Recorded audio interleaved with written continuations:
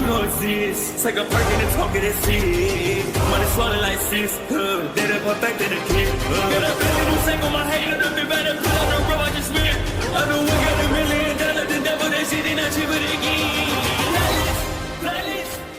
Hello and welcome back, fellow anime lovers, to MangaMuse. I am delighted to have you join us once again in the world of fanfiction and fantasy. This is the third part of What If Naruto Enters Teen Titans Verse. Special note, this fanfic is written in a masterpiece of Godospartan, the Kitsune on FANFICTIONnet. Do check and support the author too. Now smash the like, share and subscribe button for more. Also press the bell icon so that you never miss such great parts. Thanks for the introduction. Now let's dive into the world.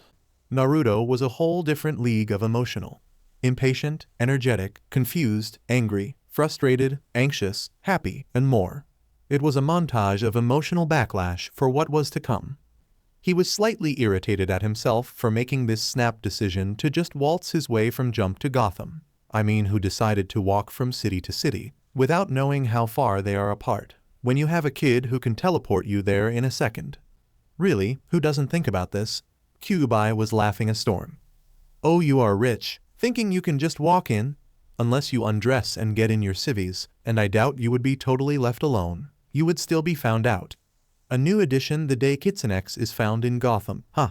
Sounds like the bat would tear you a new one. Naruto grinned under his mask, looking over the darkened city. It was getting late. Well, he is known as the greatest detective, and I am thankful Gizmo gave me a really hard to take off mask. With shock therapy for anyone dumb enough to try it, and a fail-safe lock that cannot be broken and not released unless I say. So, stay Kitsune. Hopefully I get what I can and get Chesher before trouble finds me. He threw a kunai into the air, one of his special ones, and seen it arch into the city.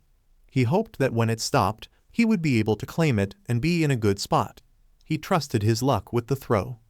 He felt it stop and grinned, seeing it landed in range, which was good, and teleported himself. He found himself in between a fight between a gang and some thugs. It looked nasty. One guy scoffed. What, another bat sidekick? What you supposed to be, the rat wonder? Naruto sighed. You know, I understand my all black and my mask may be seemingly a rat of sorts, but now, my name is Kitsune and am not a damn Batman knockoff. Tell you what, give me some information and you can go about your day. Another guy was laughing, coming up with a bat.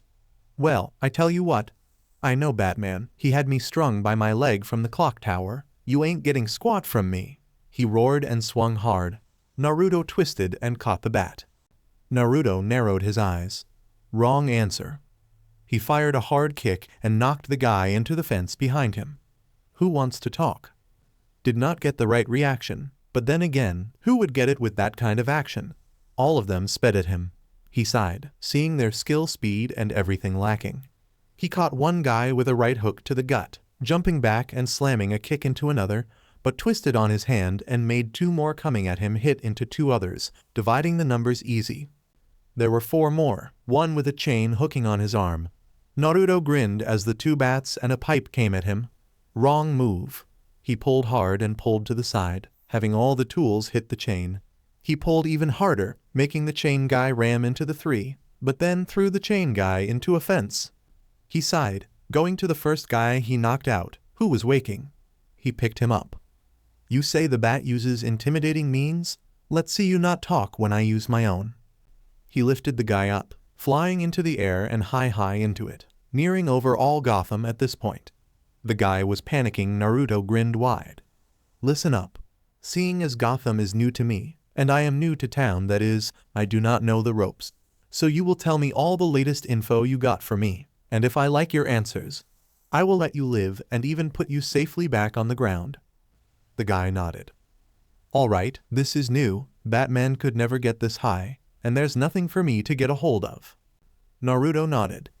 Good boy. Now, since I am new in Gotham, here is question 1. Who is Poison Ivy, and what is she so famous for that I need to keep in mind? The thug grunted, huffing, hyperventilating as the wind picked up around them. She's a real big player, formerly a greenhouse scientist, but somehow turned green and grew the ability to grow hybrid plants and shit. She just usually wants to rebuild Gotham into the fucking Amazon. A big-ass jungle. No man-made anything. Naruto hummed, wondering what Chesher was doing with her then. He lifted the thug more. Second question, who is the cat here? The thug grunted more, feeling Naruto slip a little and looking horrified. All right, I'll tell. Just don't drop me. Naruto clung harder and he felt safer. The only cat I know from Gotham is Catwoman. She's a big-time thief. She isn't no psycho like our normal rogue villains, but she's still a criminal breaking the law. Naruto nodded, humming. All right, so she just a thief dressed like a cat? The thug nodded. She dressed black and has a whip as a weapon, is very agile, very fast and acrobatic. Mostly into cat things and cat art and jewels, anything feline. Naruto nodded, raising them higher. Last questions. Better make it worth my while, or you are gonna drop.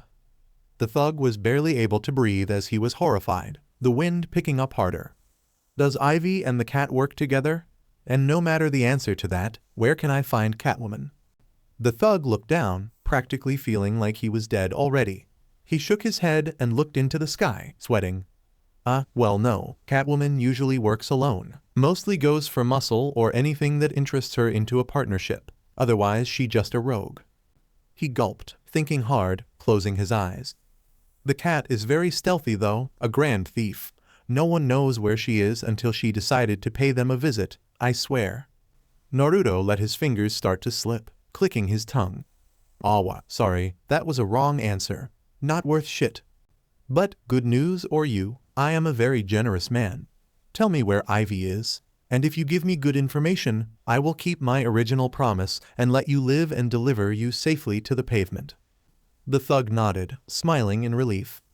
Well, Ivy usually hangs out in some old warehouse in the outskirts, but this time around she grabbed onto a partner, don't know who, but she moved her operation to the south side, in a working natural hot spring, and happens to have a chemical bath next to it. Naruto hummed, looking around at the ground, but grinned. Fine by me. Good night. He slammed his head into the thug's, knocking him out. He lowered to the ground and dropped him into the trash before flying up onto a roof and sighing. He grinned. Well, I have to say, you are good. I only just noticed you, and you could not have missed me in the air. He turned to see that the legend, the big man, the one and only. The Batman was standing on the top of the stairwell entrance part of the building, having height advantage. Batman stood tall and narrowed his eyes. Naruto knew this as a gesture of judgment, and kept his posture, steady, guarded, ready to move if need be, but still peaceful. Batman stepped to the very edge. Kitsune, you haven't got a reputation yet, but between your fight with the Titans in Alex Crop's building as Red X, and the fact Robin seems to have taken an interest in you, Batgirl gave me some decent information. Naruto chuckled. Oh really? Glad to hear I'm pretty well known by the Gotham masks. Between you, Robin, Batgirl, Huntress, I'd say you guys are doing well for yourselves. But whatever Robin left you for, that is a mystery even you cannot fathom, I gander. Otherwise he wouldn't hate your shadow. Batman looked hardened, and Naruto could feel the slight emotions being sent at him. He couldn't tell with so little, but didn't care when it vanished. Batman grabbed a batarang and flexed it open. Why would you even be here? There should be no business for someone like you to be in Gotham. And even so, you are still a criminal, so I will take you in. Naruto backed up a step, looking ready. Sadly, you ain't getting nothing from me besides this is a personal visit. Also, you ain't taking me nowhere. I have information in which your tricks will not help you find. Think about it, taking me in would be a bad move. Batman thought it over, stalling his throw, but threw it nonetheless, the batarang flying by Naruto as he ducked. Naruto jumped back, flipping out of the way of Batman's thrusting punch to his shoulder. Naruto stopped, smiling as Batman stalled too. I see. Won't let me go easy, huh? Fine by me. Tell you what though, I will only use physical attacks and anything to supplement them. Batman narrowed his vision and Naruto nodded. Naruto rose his hands up and tightened them to fists, and suddenly smoke was out as two swords suddenly jutted from the formed armor of the arms and went to hit Batman. Batman ducked and let the swords go behind him. Bad mistake. Naruto was suddenly gone from sight, and he looked back and caught the hard kick to his face. Naruto had somehow teleported to where his swords were behind him and was still in mid-air enough to strike. Naruto landed and backed off as Batman rushed in with an elbow, but spun and kicked hard, managing to break the bricks off the wall that was where Naruto was a second ago. Naruto rolled under him and stabbed his sword into the roof and vanished. Batman turned to the left, then rushed ahead and turned to the right, seeing nothing. He looked at the blade and seen it was something specially made. He went up to it as a closer look. He regretted getting too close, as out of nowhere, Naruto once more appeared, grabbing onto the handle and kicking hard, knocking Batman back and pulling the sword from the roof. Batman staggered a bit, yes, but got back in the game. Naruto chuckled. Serious people need to stop being serious. I mean really, why can't we have some fun? Guess you want to know how I did that, huh? Not gonna happen. Batman narrowed his eyes, his cloak falling around him and covering his body. Naruto got ready, knowing that whatever Batman was doing under that cape, it was bad news for him. He moved first. He threw his sword up ahead and tried to cut into Batman, but that failed as Batman twisted out of the way and then threw some pellets to the ground. Naruto had once again teleported to behind Batman, but that smoke dealt with his plans. But he had to admit it went off Batman's as well. The big bad bat was trying to get more information. He threw his sword once more and knew he hit into a wall nearby, but heard steps. He turned to see Batman tackle him, and he raised his arms up and slammed his elbows down. But Batman, being so good, had managed to let go and roll to the side before getting hit. Naruto rolled and got on his feet as he seen Batman running at him again, throwing a hard left kick. Naruto blocked it, and as he twisted around it, grabbed the blade from his back and slashed down. Batman blocked up, his three-pronged gauntlets catching the blade. Naruto disappeared from view, going to his other sword and jumping off the wall of the stairway entrance. Batman saw this, grabbing Naruto's sword and slashing at the same time as Naruto had at him. This was where shit with Batman got real. Batman was full swung and seen Naruto had vanished from his spot, but was once more at where the sword on the wall was, and jumped again, pulling it from the wall and spinning, a drill you might say, and swung hard. Batman ducked, sliding on his heel as Naruto flew over him. Naruto swung down as well, but Batman blocked it and threw the blade at Naruto after he had passed, trying to stab into his shoulder. Naruto did not land, but vanished from his spot and went right by the passing blade, and grabbed it, letting it pull as he rolled it and changed its direction, throwing it at Batman. Batman dodged the other way, but found Naruto on him right as the sword that was thrown was on him, and Batman blocked high. The gauntlets were very heavy-duty, blocking well, and Naruto chuckled. Invigorating, he vanished from view.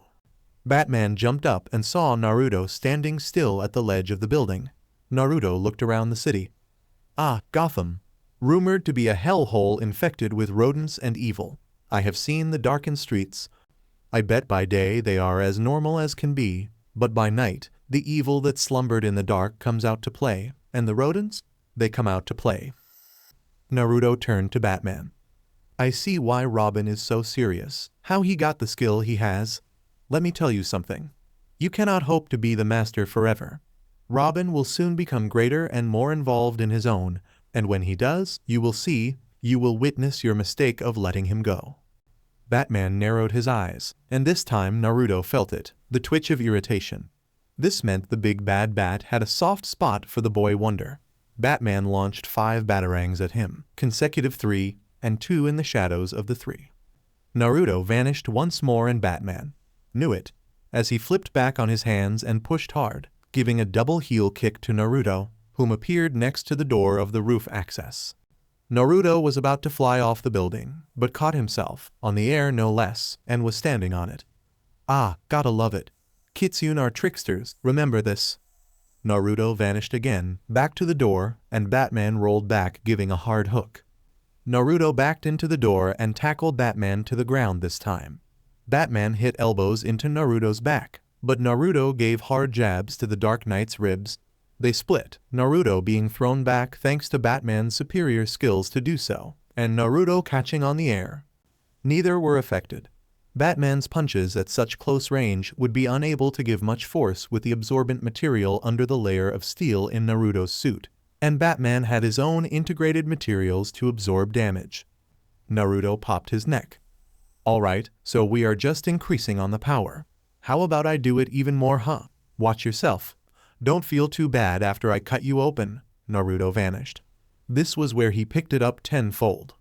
Naruto dropped all 3 blades around Batman, and he appeared near one, throwing a rough hook and catching Batman's block, vanishing again and kicking Batman in the back of his shin, but Batman rolled off it. He went to the 3rd sword and flipped, slamming a hard kick into the knight's chin, this being his only real hit on the bat since it started. He appeared again behind and shoved an elbow, but Batman used that to roll and slam his own into Naruto's back. Naruto was about to hit the ground when he vanished again. Batman caught the hard kick to his chest and turned, rolling with the spinning back kick to his shoulder, and forced Naruto back. Batman was a more formidable opponent than Naruto thought at first. Naruto grabbed his sword this time, slashing super fast and hard, and Batman couldn't stop it in time, and it cut into the knight's shoulder, cutting a small gash in the suit, but hitting the Kevlar that was under it. Naruto got his next sword, slashing low and slashing high. Batman caught the high one, but was cut to his knees, blood spilling to the ground as his knee was actually cut from the low blade attack. Naruto suddenly appeared and slammed the hilt of one sword in his hands with the fallen sword, and it clicked together. Naruto slashed with both ends, and the sword in his other hand which went upward. Batman brought his boot up to stop that one and caught the other in his gauntlet. Naruto landed on his feet, but only for a second as Batman spiraled and slammed 2 really hard kicks into his stomach. Naruto slid along the ground before rolling and landing on his feet again, still holding his blades. Naruto huffed. I see, so you are a hell of a fighter. No wonder the kid is good. Though, as you know, he ain't got your skills or experience. Wanna know why? Batman narrowed his eyes, Naruto feeling the hate coming in now. The feelings would make Batman more susceptible to mistakes. Right, Batman threw another batarang, this one coming in on a high angle.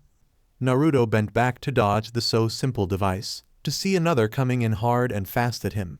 He rolled to the side, but instead of doing a roll, he was laying on his back in mid-air. Nice, got me to get off my feet. You are good. But I bet you never allowed Robin his chance to get this good, huh? Batman gritted his teeth and ran forward. Naruto grinned and twisted back on his feet again. Batman slid on the ground, trying to trip Naruto, but Naruto lifted his feet again, and slamming them down.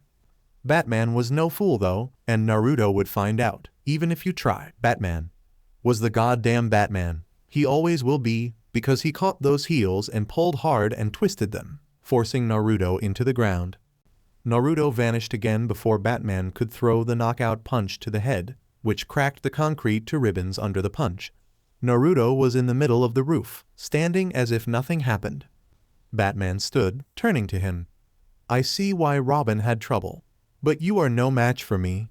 You are a fool not going full strength on me, and that will be your undoing. Naruto grinned. Yes, well, I never meant to actually kill you, so I won't try it. Tell you what though, let me go, I do my business, I leave. You can go your merry little way. No hassle, and your so-called rivals of justice have less time to prepare for you. Batman threw another batarang and Naruto ducked on it. Seriously, how many fucking tools you got? I'm prepared for anything. Naruto was kicked hard into the wall, and when he tried to see Batman again, he got a punch to the face, a kick in the stomach, a rolling elbow to the shoulder, a headbutt, and then a fierce double heel into his gut and chest. Naruto was deep in a hole, but he was still protected enough to keep awake. He huffed, feeling the force against him this time. Batman got up and twisted around, about to snap another kick, when he forced himself from the hole, rolling under the kick and Batman and jumping out of the way. Batman landed and tried to kick Naruto back, but missed when Naruto jumped away. Naruto grunted as he got up, seeing Batman stable, passive, and emotionless as he has seemed at first and throughout. He grinned. Lighten up, you are way too serious.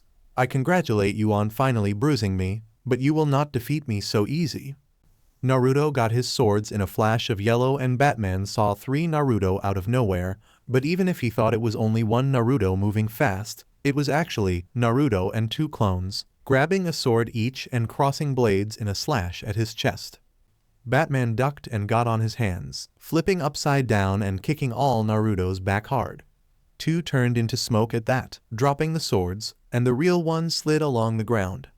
Batman got on his feet and jumped to the side, getting to where he could see all swords, catching on that they were part of his teleport ability.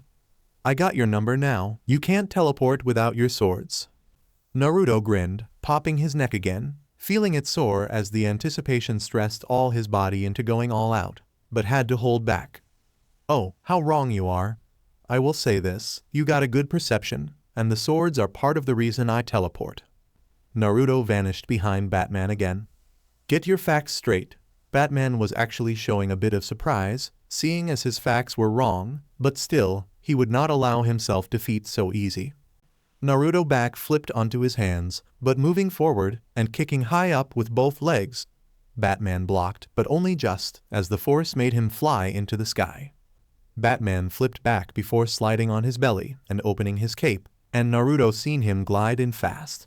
Not good. He vanished and got to his swords again, being him and one clone to attack Batman. Batman grew tired of this game now, seeing he had no chance to figure everything out without losing, so he gave up on that strategy. He rushed in, pulling a double fist rush and knocking Naruto back, and the clone to go away in a plum of smoke. Batman took out his sling and threw it as Naruto flipped back on his feet, but they got caught on the downside. Naruto stopped and stalled in midair. Phew, you are goo, didn't get a chance as Batman fired off a snap kick to his ribs and jumped at the same time to push hard down and ram a fist into the same spot. The absorbent dragon skin could only handle so much force before transferred to Naruto's body, and Naruto felt the pain as if taking a hit from a tank as he hit the ground. Batman didn't let up, firing a fist to his helmet, making his head hit the roof's gravel and getting up, taking out some pellets and throwing them, all of them exploding on Naruto. Batman landed on the top of the entrance and waited. He knew that his attack wasn't enough to beat Naruto, but at least enough to make him make mistakes now. Or so he thought, because it seemed Naruto was way better than he imagined. Naruto stood, clapping as he was seen unharmed after the smoke cleared. Not bad. Damn, you might have gotten a clean hit through this time? Naruto pointed to his swords. You think the teleportation works one way? Wrong. Naruto made his hands to fists and suddenly one sword was next to the other, and the other lone sword had appeared in his hand. I modified what my father built upon. But, sadly, the two-way road has some issues. Still, only issue is the distance I can teleport to the marked position is fixed. I can still grab any of my objects from even half the world away and make them come to me. People are a little harder. Batman narrowed his vision. Why would you tell me something like this? It would have been a helpful secret. Naruto hummed, putting his sword on his shoulder. Let's just say it makes things more interesting if we battle again. For now, all you need to know is that I can span all of Gotham in a single jump, so there is nowhere I cannot go in this city. He was lying through his teeth. The addition of the two-way teleportation made the distance he can travel nearly 2/3 of Gotham, but that would be all he would need. And he loved the fact the Batman was so easy to fool. Nice try, I heard better bluffs from people who never bluffed against me. Naruto sighed. Okay, he forgot. Robin called his power core bluff. How the hell was Batman going to go for a supplement technique he never knew bluff? Batman rushed in, using the ledge as a hard surface to kick off. Naruto caught the bat, but instead of drawing back or flipping him, he rammed his knee hard into Batman's chest, making the bat spit out blood and hit the wall hard. Batman was a tough-as-hell guy because he used the momentum of being bounced from the wall to rush in and shoulder into Naruto. Naruto, as it seemed, was taking the kid gloves off. Naruto caught the shoulder, something red shining before he pushed Batman where his back was facing, and Batman used that to swing an elbow into Naruto's neck. Naruto rolled forward and kicked off the wall as Batman rushed in, jumping and snapping a hard kick, crushing the bricks under his weight as Naruto flew into the air over him and arching to the ground. Batman looked surprised as a red X on his shoulder suddenly started zapping him. He grabbed the X and ripped it off him, sighing in relief, but only for Naruto to crack his jaw with a hard left and slam into his ribs with a spiraling right. Batman stepped forward and turned to see Naruto spinning like a top in the air, and as he got close, snapped his legs out and tried for Batman's head to come right off, and failed because Batman ducked under the first leg, but caught the second and pulled down hard. Naruto had two options here, either try to stand and stop the bat from bringing him down to the ground, thus breaking his effing leg, or the way he went and bent back, catching himself with his hands and snapping a kick up, probably cracking the Batman's wrist to let go before spinning like a top and kicking the bat back. Batman staggered back as Naruto went back onto his legs. Batman lifted his dislocated wrist and Naruto grinned. Sorry, I'll be more gentle for the hind crack. Naruto looked to see that Batman had popped his wrist back into place and not showing even a hint of feeling. Did I say I will be gentle? Forget that shit. They had a slight stare down. Naruto was in his mind with Kyuubi, who was laughing his ass off. Oh Kit, you are so dead meat. He ain't even through figuring out what you can really do. You really thought he would be as weak as you thought? Naruto growled in his mind. Fine, I admit. I didn't expect the bat to be such a contender, but then again, seeing as he might as well faced my power before, seeing as he has faced Superman quite a lot, I gotta stop thinking about what is truly under his skills. This time, I fight him as if I am facing the true legend of the bat, because Kami be damned, I am facing the legend. He only had a limited amount of time, seeing as he needed to grab Chesher and get out, or else have to endure the wrath of the Justice League of the Universe. He stopped their stare down with a highly unpredictable move so far. He activated his X blades on his hands, whilst creating an insane amount of X shuriken, and ran forward, throwing them by the dozens at the big bad bat. Batman ran to the side and jumped out of the way and under, rolling back to dodge more before blocking the last few with his gauntlets, a few tearing into his cap though. Naruto got to him, slamming down hard with his X blades, the gauntlets rising to protect the bat, and they grunted, trying to overpower each other. Naruto grinned more. Come on old man, you ain't strong enough to face this. Naruto kicked hard, forcing the bat back, but rushed in, slicing with spinning X blades, which Batman blocked the first swing but not the rolling snap kick, managing to roll into it and try a pounding elbow. Naruto caught onto the wrist and twisted it and forced it down, and his spinning X blade cut into the chest of the bat's suit before he spun and kicked really hard, and by hard, it was as if Superman had gained 10 times his strength. Batman's arms blocked, only to be crushed against him and him flown back into the wall of the entrance yet again, and having a hard double elbow drop on his shoulders, forcing him to the ground. Batman groaned, still awake, and looking up to see Naruto. Naruto grinned. Checkmate. Naruto got his sword back to him and was about to pin the bat to the wall, not kill, but pin him, and he turned rapidly because he felt a presence behind him, moving in fast. He turned and saw a black figure come at him. As he turned to see the black figure, his blade followed in front of him, and it sunk within the figure's chest. Naruto's eyes widened. Shit, I didn't mean to kill the guy. What the hell? Did he not see my sword? The figure's head was on his shoulder, but it rose, seeing a man with a hat and domino mask, smiling. Sorry, but you cannot kill the spirit. Naruto suddenly saw the man's head go past him, and coming in on the side was a fist, and it connected, hard. The force of the punch was so intense he was forced back and hit the wall really hard. But before he could figure out what was going on, he had it happen 3 more times, hard rushed powerful fists connecting to his head, making it go back and hit the wall, back into the fist, into the wall, and 1 more time before he fell over, unconscious. Batman got up, seeing Kitsune down for the count. He turned to see the man in the black hat and domino mask, a black suit with bright red tie, smiling as he stood proudly before the bat. Batman narrowed his eyes. Spirit.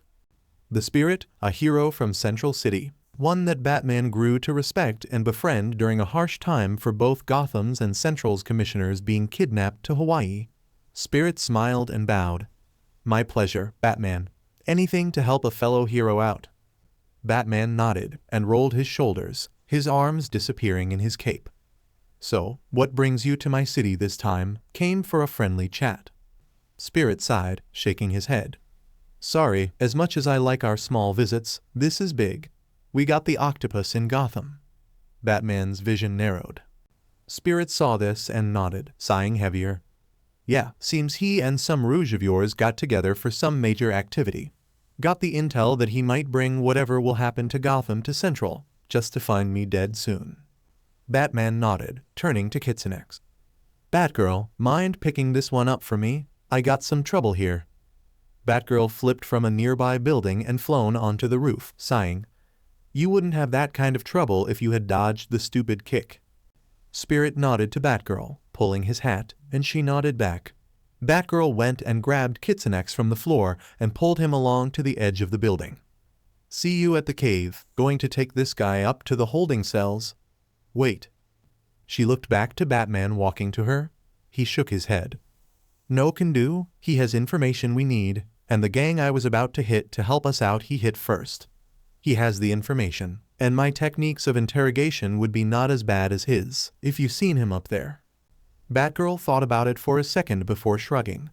Your choice. So, cave then? He nodded, and she zip-lined up to the cloaked Batwing, getting it back to the cave. Batman looked back to the spirit who walked from behind him to beside him, carrying all 3 swords. So, this guy is pretty good with swords? I didn't see the whole thing, mind giving me an update on this guy's abilities?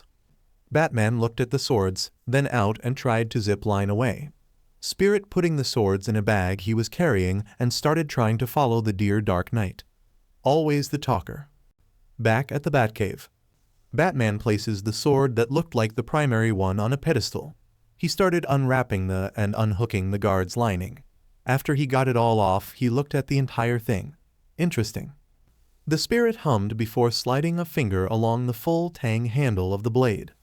This writing, it looks man-made, not mystic. Batman nodded, picking the blade up. He said that the reason he teleported wasn't because of the sword, but because of something else he has, and this is the only thing I can think of that can make him teleport with this sword. The spirit knocked on the blade. Not bad, this stuff looks like high-quality steel. It is. He put the blade down, going to the computer and pulling up a file. It's mono steel, project name Titan Omega. A man-made synthetic created to be a denser, stronger metal, still lightweight too. Able to withstand forces from Superman at medium strength. The spirit whistled. How he get this stuff? Stolen. He pulled up yet another record. A supply was taken from LexCorp from Jump City around the time the whole Brother Blood incident went amok for the Hive. The spirit looked to the sword. He has 3 swords from this stuff? Question. Why did you want him to come here? Batman put the files away and went to the sword, covering it up again. Like I said, the information I was trying to get was taken, and not from me. Any way to retrieve it went out in smoke when Kitsune took to those gangs. Only way to find out what Ivy is up to is to grab the chance and hold him here. Spirit sighed, walking to the bat. I respect your decisions, this is your town, but I have a bad feeling about this. He sat on the table, looking at Batman. Letting this guy, whom you have no idea what is going on with his skills, in your lair? You sure Batgirl can even stand up against him? Batman turned, typing in some information to fill out on Kitsune's. She can handle it. Besides, he isn't one to brutally or lethally harm anyone. I know, we fought it out on that roof for a bit. The only reason I'm not on the ground in pain is because I am pretty much resistant to that feeling. Spirit smiled. You're a tough one, Batman. Still, how can you be so sure? Batman smiled slightly as he turned. Because he didn't use anything but his fists against me. Spirit was confused, and Batman clicked a button, showing the tape from the Hive's old days, Naruto forming the tornado and making the camera go out. He is capable of much, and only fought me minimally. He either doesn't consider me a challenge, or he knows what he is capable of and doesn't want to destroy. Spirit nodded, smiling. You are the greatest detective. But you never answered my question. You think it is a good idea bringing him here? Batman looked down the cave, then turned. Better here than breaking some cops in whilst doing his business. Seeing as we don't know any available weakness and he can do pretty much anything against us. I'm surprised he didn't know you enough to keep fighting. He looked horrified at the possibility of killing you. Spirit grinned. And you thought I'd never trick my opponents. Anyway, you know you are gonna ask, so let me say it. Word is, Octopus haggled with Ivy. Both chemists looking for a you scratch my back, I scratch yours deal. Sounds like the Octopus style to me. Batman nodded, but sighed slightly. Not Ivy's, she is more of a use the nearest male and never look back. Taking everything for herself kind of girl. Spirit shrugged. Still, Octopus isn't easy to kill. He is like me in that manner. He looked out into nowhere, thinking his thoughts. Down below at the lowest parts of the cave, while still above the water, Naruto found himself waking up. He groaned, his vision coming back, but it being really dark and shaded. Oh great, someone tried to take my mask off. Thankfully the fail-safe helped. He sighed heavily. Fail-safe revert, go lucky wings. He heard the helmet click and his power running on again. Thankfully he could refill the suit anytime he wishes thanks to Gizmo being a genius and his own infinite supply. He saw the room, a bit dark and dank, but felt his restraints and was impressed. Actually, he was honored that the Batman put him a high threat. He was thinking cuffs, maybe chains. This was a whole new ballgame. He was put up against an X, his hands put into big metal cuffs around his whole hand and wrist, and in his legs, and what felt like 50 pounds of metal covering his chest down to his hips. He looked in front of him to see Batgirl keeping an eye on him. Should I call you mistress or Batbabe? Batgirl grinned evilly, grabbing 3 batarangs. Only if you be a good boy and bite your tongue off and choke on your own blood. Naruto chuckled. Least you have fun with your serious attitude, unlike the big guy and the young ward I faced with. I'm honored actually, really. Who knew Batman thought me to be such a threat and lock me up like this? Batgirl looked confused a bit. Honored to be put that high? Normally bad guys get pissed about this kind of captivity. Naruto chuckled more. Hell no, I ain't such a bad guy, once you get to know me. Besides, I always had a question about me and the big guy upstairs, if I was strong enough to be considered good enough to his skills, or if he was just for show. Batgirl grinned. I see. So, he got the skill, and you got the acceptance of big threat. Congrats. Naruto nodded. Yep. Anyway, what happened to the guy I killed? I want to pay my respects. Batgirl caught his saddened voice and looked confused. You don't know the bigger heroes, huh? Only by name? Naruto looked confused himself. I know the Titans, I know the 7 members of the Justice League. I know nothing of you, or whatever you are talking about. Batgirl rolled her eyes. Figures. All right, the founding 7 of the JLU. That is who you are most likely talking about. They have way more now. As for me, well, I came in a while back and am currently happy with it. Though I wish Robin wasn't such a simple-minded jerk. Naruto shrugged. Well, seems to me he is just having things go wrong in his life. You 2 friends? Batgirl sighed. We were. Still are, I think. But at this stage I doubt he even wants to talk to me, or if talking to him will even do well. Naruto say this and smiled a bit. I see. So the kid doesn't know your feelings. Or is it the other way around? Batgirl looked confused. He chuckled.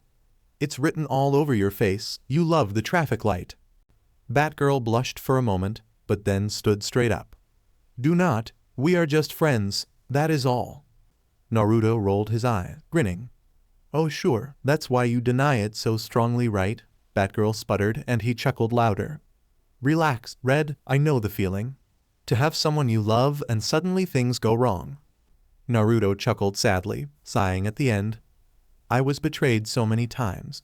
It's not even funny. I can see in Robin who I am, and I see now why. You betrayed him somehow. Batgirl was about to speak when he interrupted.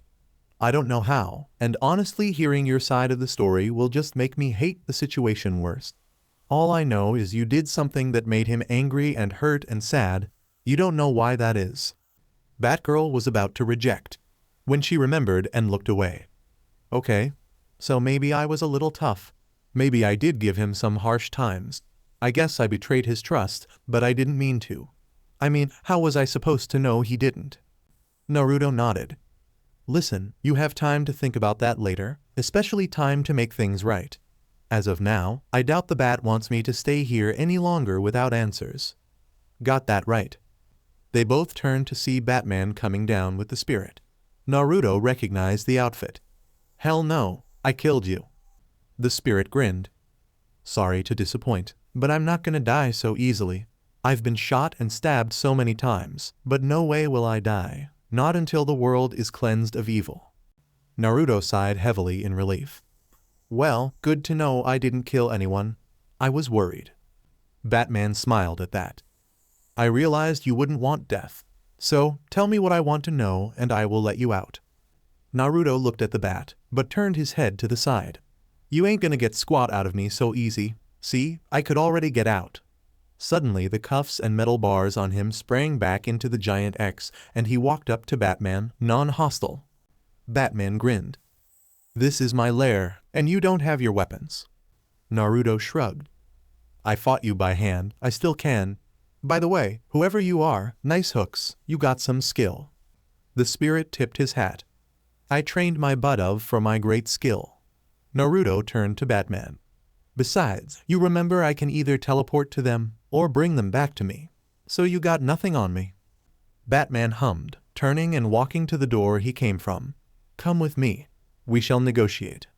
Batgirl and Spirit were surprised Batman was being so lenient with him so far, but followed behind Naruto as he followed the bat. Naruto saw his blades and seen Batman nod to them before continuing. Naruto got his blades to him again, putting the arm ones back in his gauntlets and the back one in the sheath. He sighed. I feel so much better now. They got to the computer and Batman opened up some files. In exchange for helping us, what do you wish in return? Naruto hummed in thought, then snapped his fingers. Yours will do. Seeing as I have not committed any crimes at all in Gotham, and you attacked me first, so I claim self-defense. Batman nodded. Fine, and I suppose you got a point there, so you are off the hook. For now, what help do you require? Naruto shrugged. Well, I need help finding a friend. My personal business, you would say. Batman looked at Naruto. A friend, huh? From the hive. Naruto nodded. Chesher, to be clear, she's on my team, and we are still setting up shop. She told my little buddies she was going to come here looking for a cat. I asked that thug about it, seems it's Catwoman. Batman brought up a picture, a very stylish black suit, turtleneck to her nose, orange goggles, and really big ears. Catwoman, huh? Seems it fits the usual feline attire both share. Got the info you needed?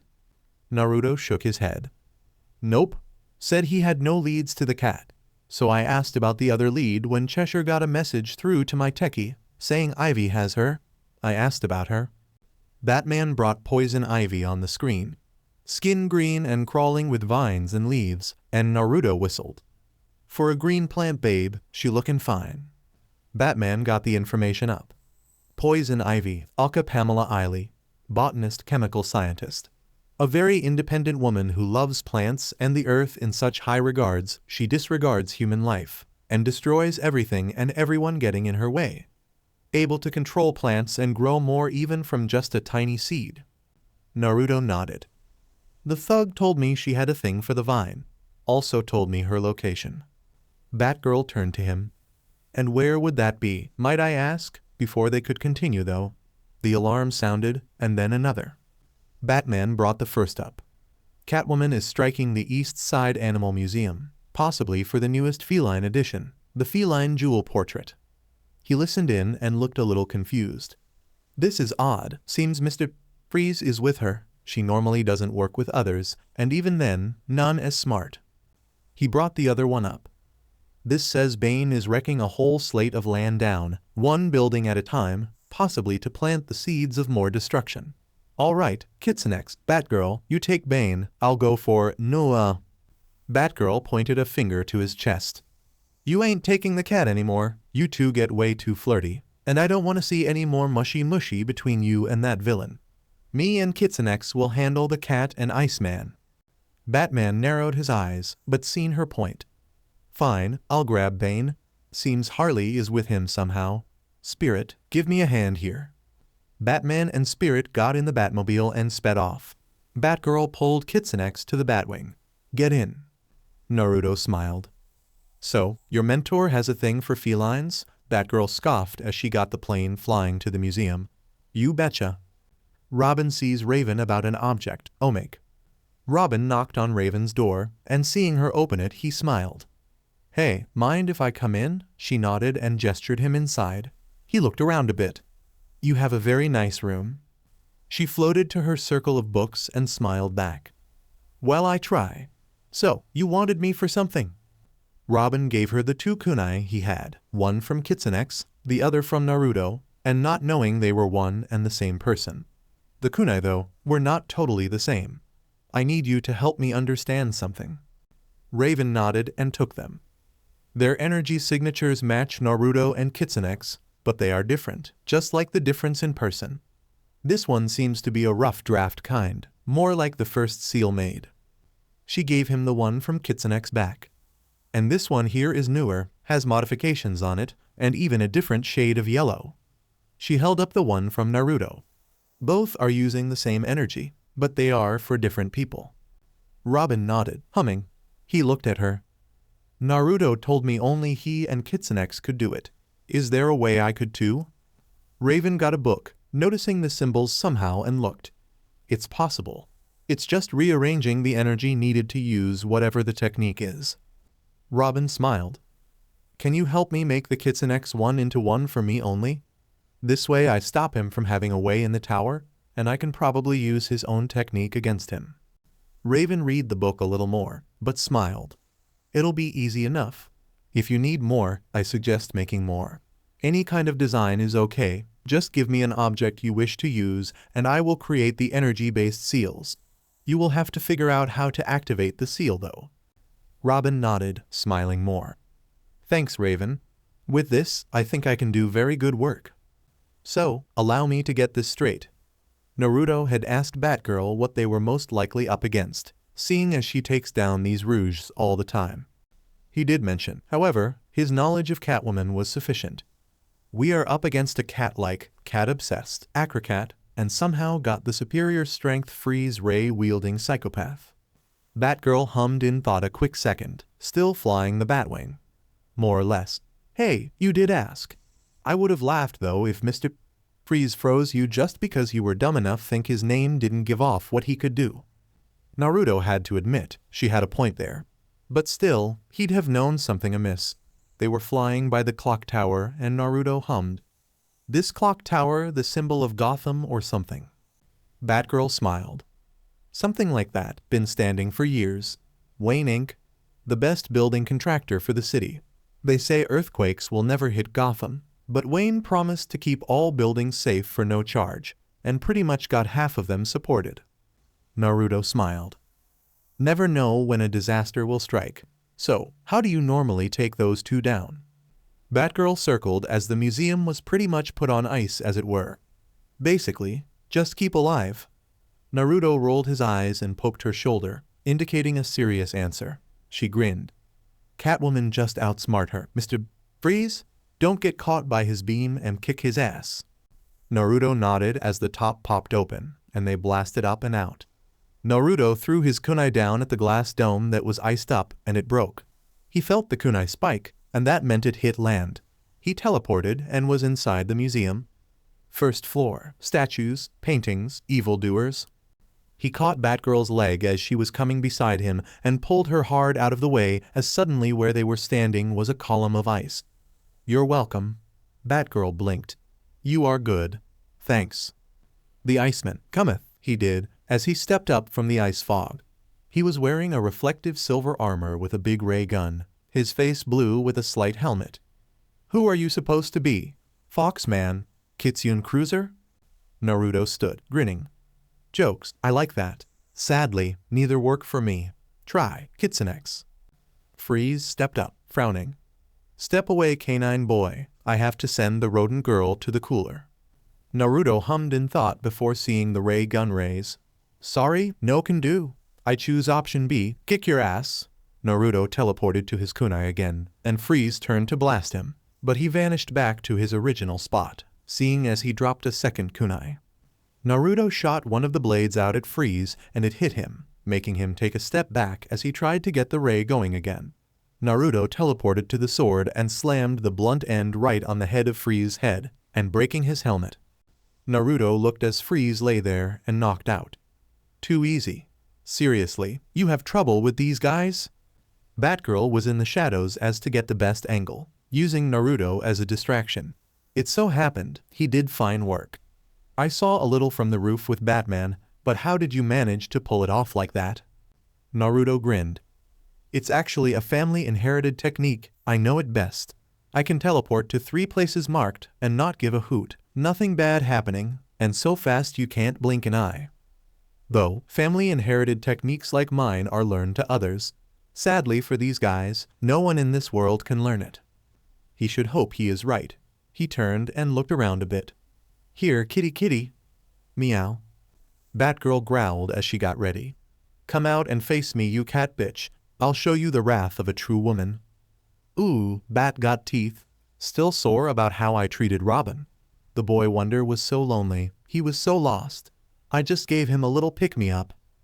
Batgirl nearly snarled with foam coming from her mouth at this point. I'll pick you up, and then slam you down. Rio, so feisty. Robin's still not with you. Wonder why. I kind of miss him now. Where is he? This him.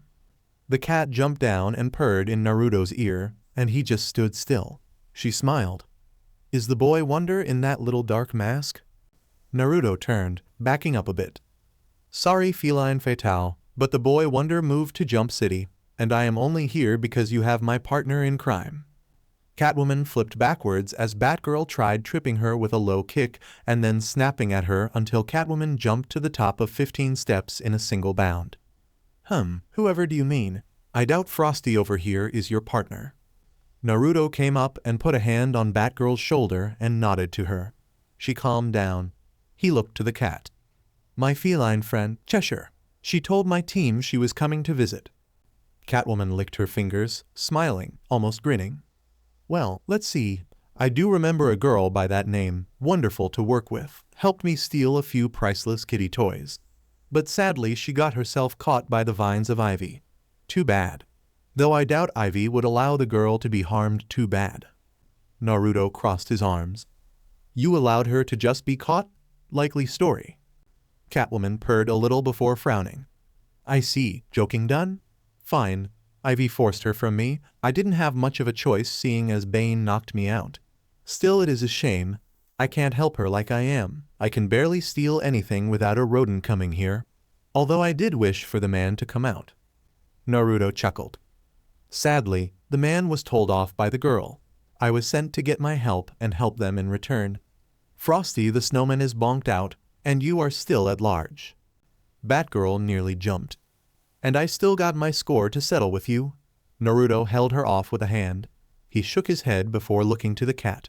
So, let me ask you, before we fight you and all, seriousness, do you know why Bane, Harley and Ivy all are going crazy uptown?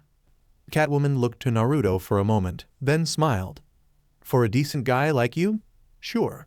Overheard Harley talking while I was grayed out from Bane. Seems they are trying to turn Gotham into a jungle. Or at least draw the Batman out in an attempt to bring him a wooden grave. Naruto nodded. Thanks oh, and by the way, canines are cubs, feline are kits if a fox has kits, but its muzzle is canine, but the body of a mixed breed what is a fox? A line. Between the breeds. Naruto let his arm down and he fired off his second sword. Catwoman dodged, but was much quicker on the uptake and dodged from his teleporting and slashing against her. She was a little ragged though, so her movements were a bit sloppy. Naruto made his other sword come into his hand and ran up, slashing at the cat. Catwoman jumped up and jumped off the wall to the other side of the building. This was Batgirl's move as she threw a batarang and hit the cat's elbow and made her stall on the ceiling. Got you, she shot a line and wrapped Catwoman up. Catwoman was pulled to the ground as Naruto zoomed and got his kune back. But he fired off random throws in random places. He was expecting a better fight, because he only heard one rumor from the Gotham villains.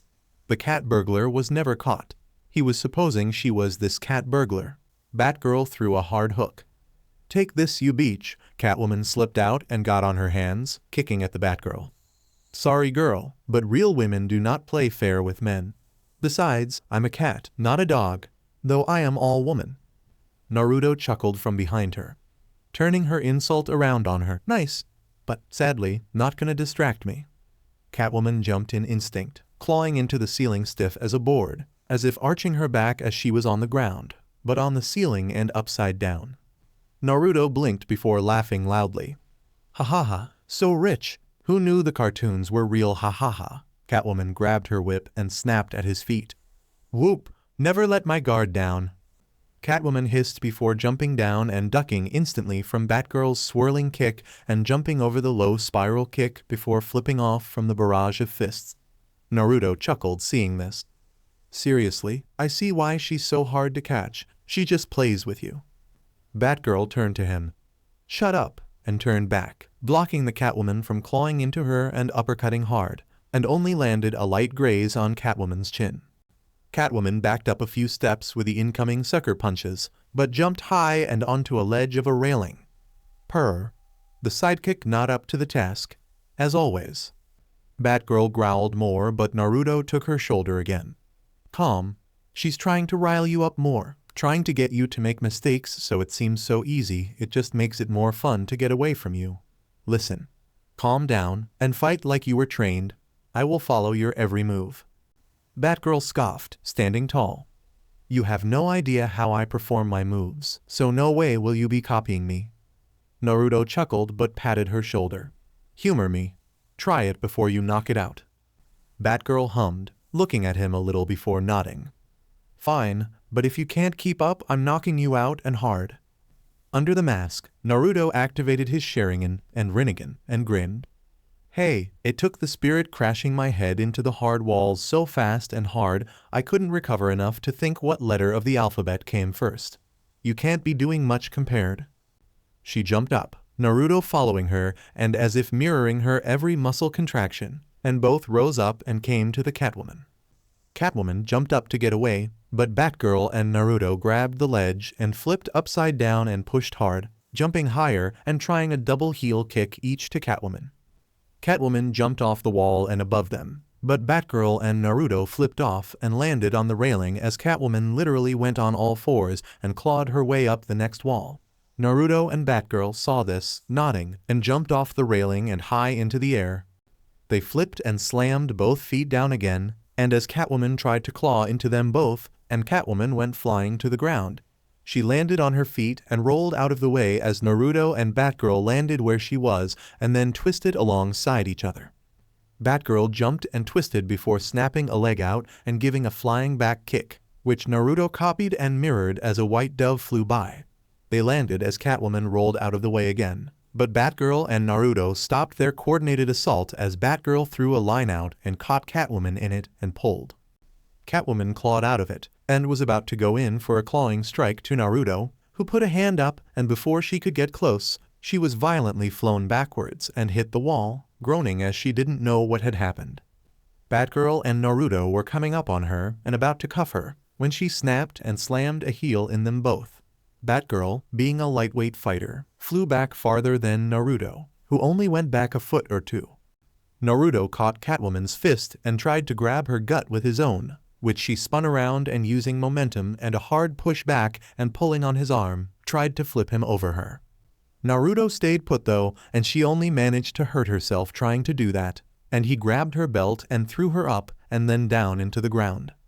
Catwoman was a hell of a fighter though, and was on her feet and finally got a clean hit in, her claws sinking into Naruto's chest on the left. He stood there looking at her as she did so, and she looked a little shocked to see he was unaffected. Naruto chuckled, knocking on his suit. A good layer of supreme dragon skin, as well as Titan Omega metallic plates embedded for maximum flexibility, and protection enough with that to keep myself safe. Sorry, sweetheart, but you are no match for me.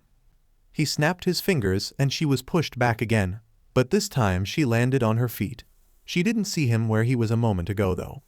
Here, she turned to see his fist coming in and ducked under it and jumped to the left, only to have him right beside her and she having to whip herself and pull the cord of it to get to the more frozen section of the museum.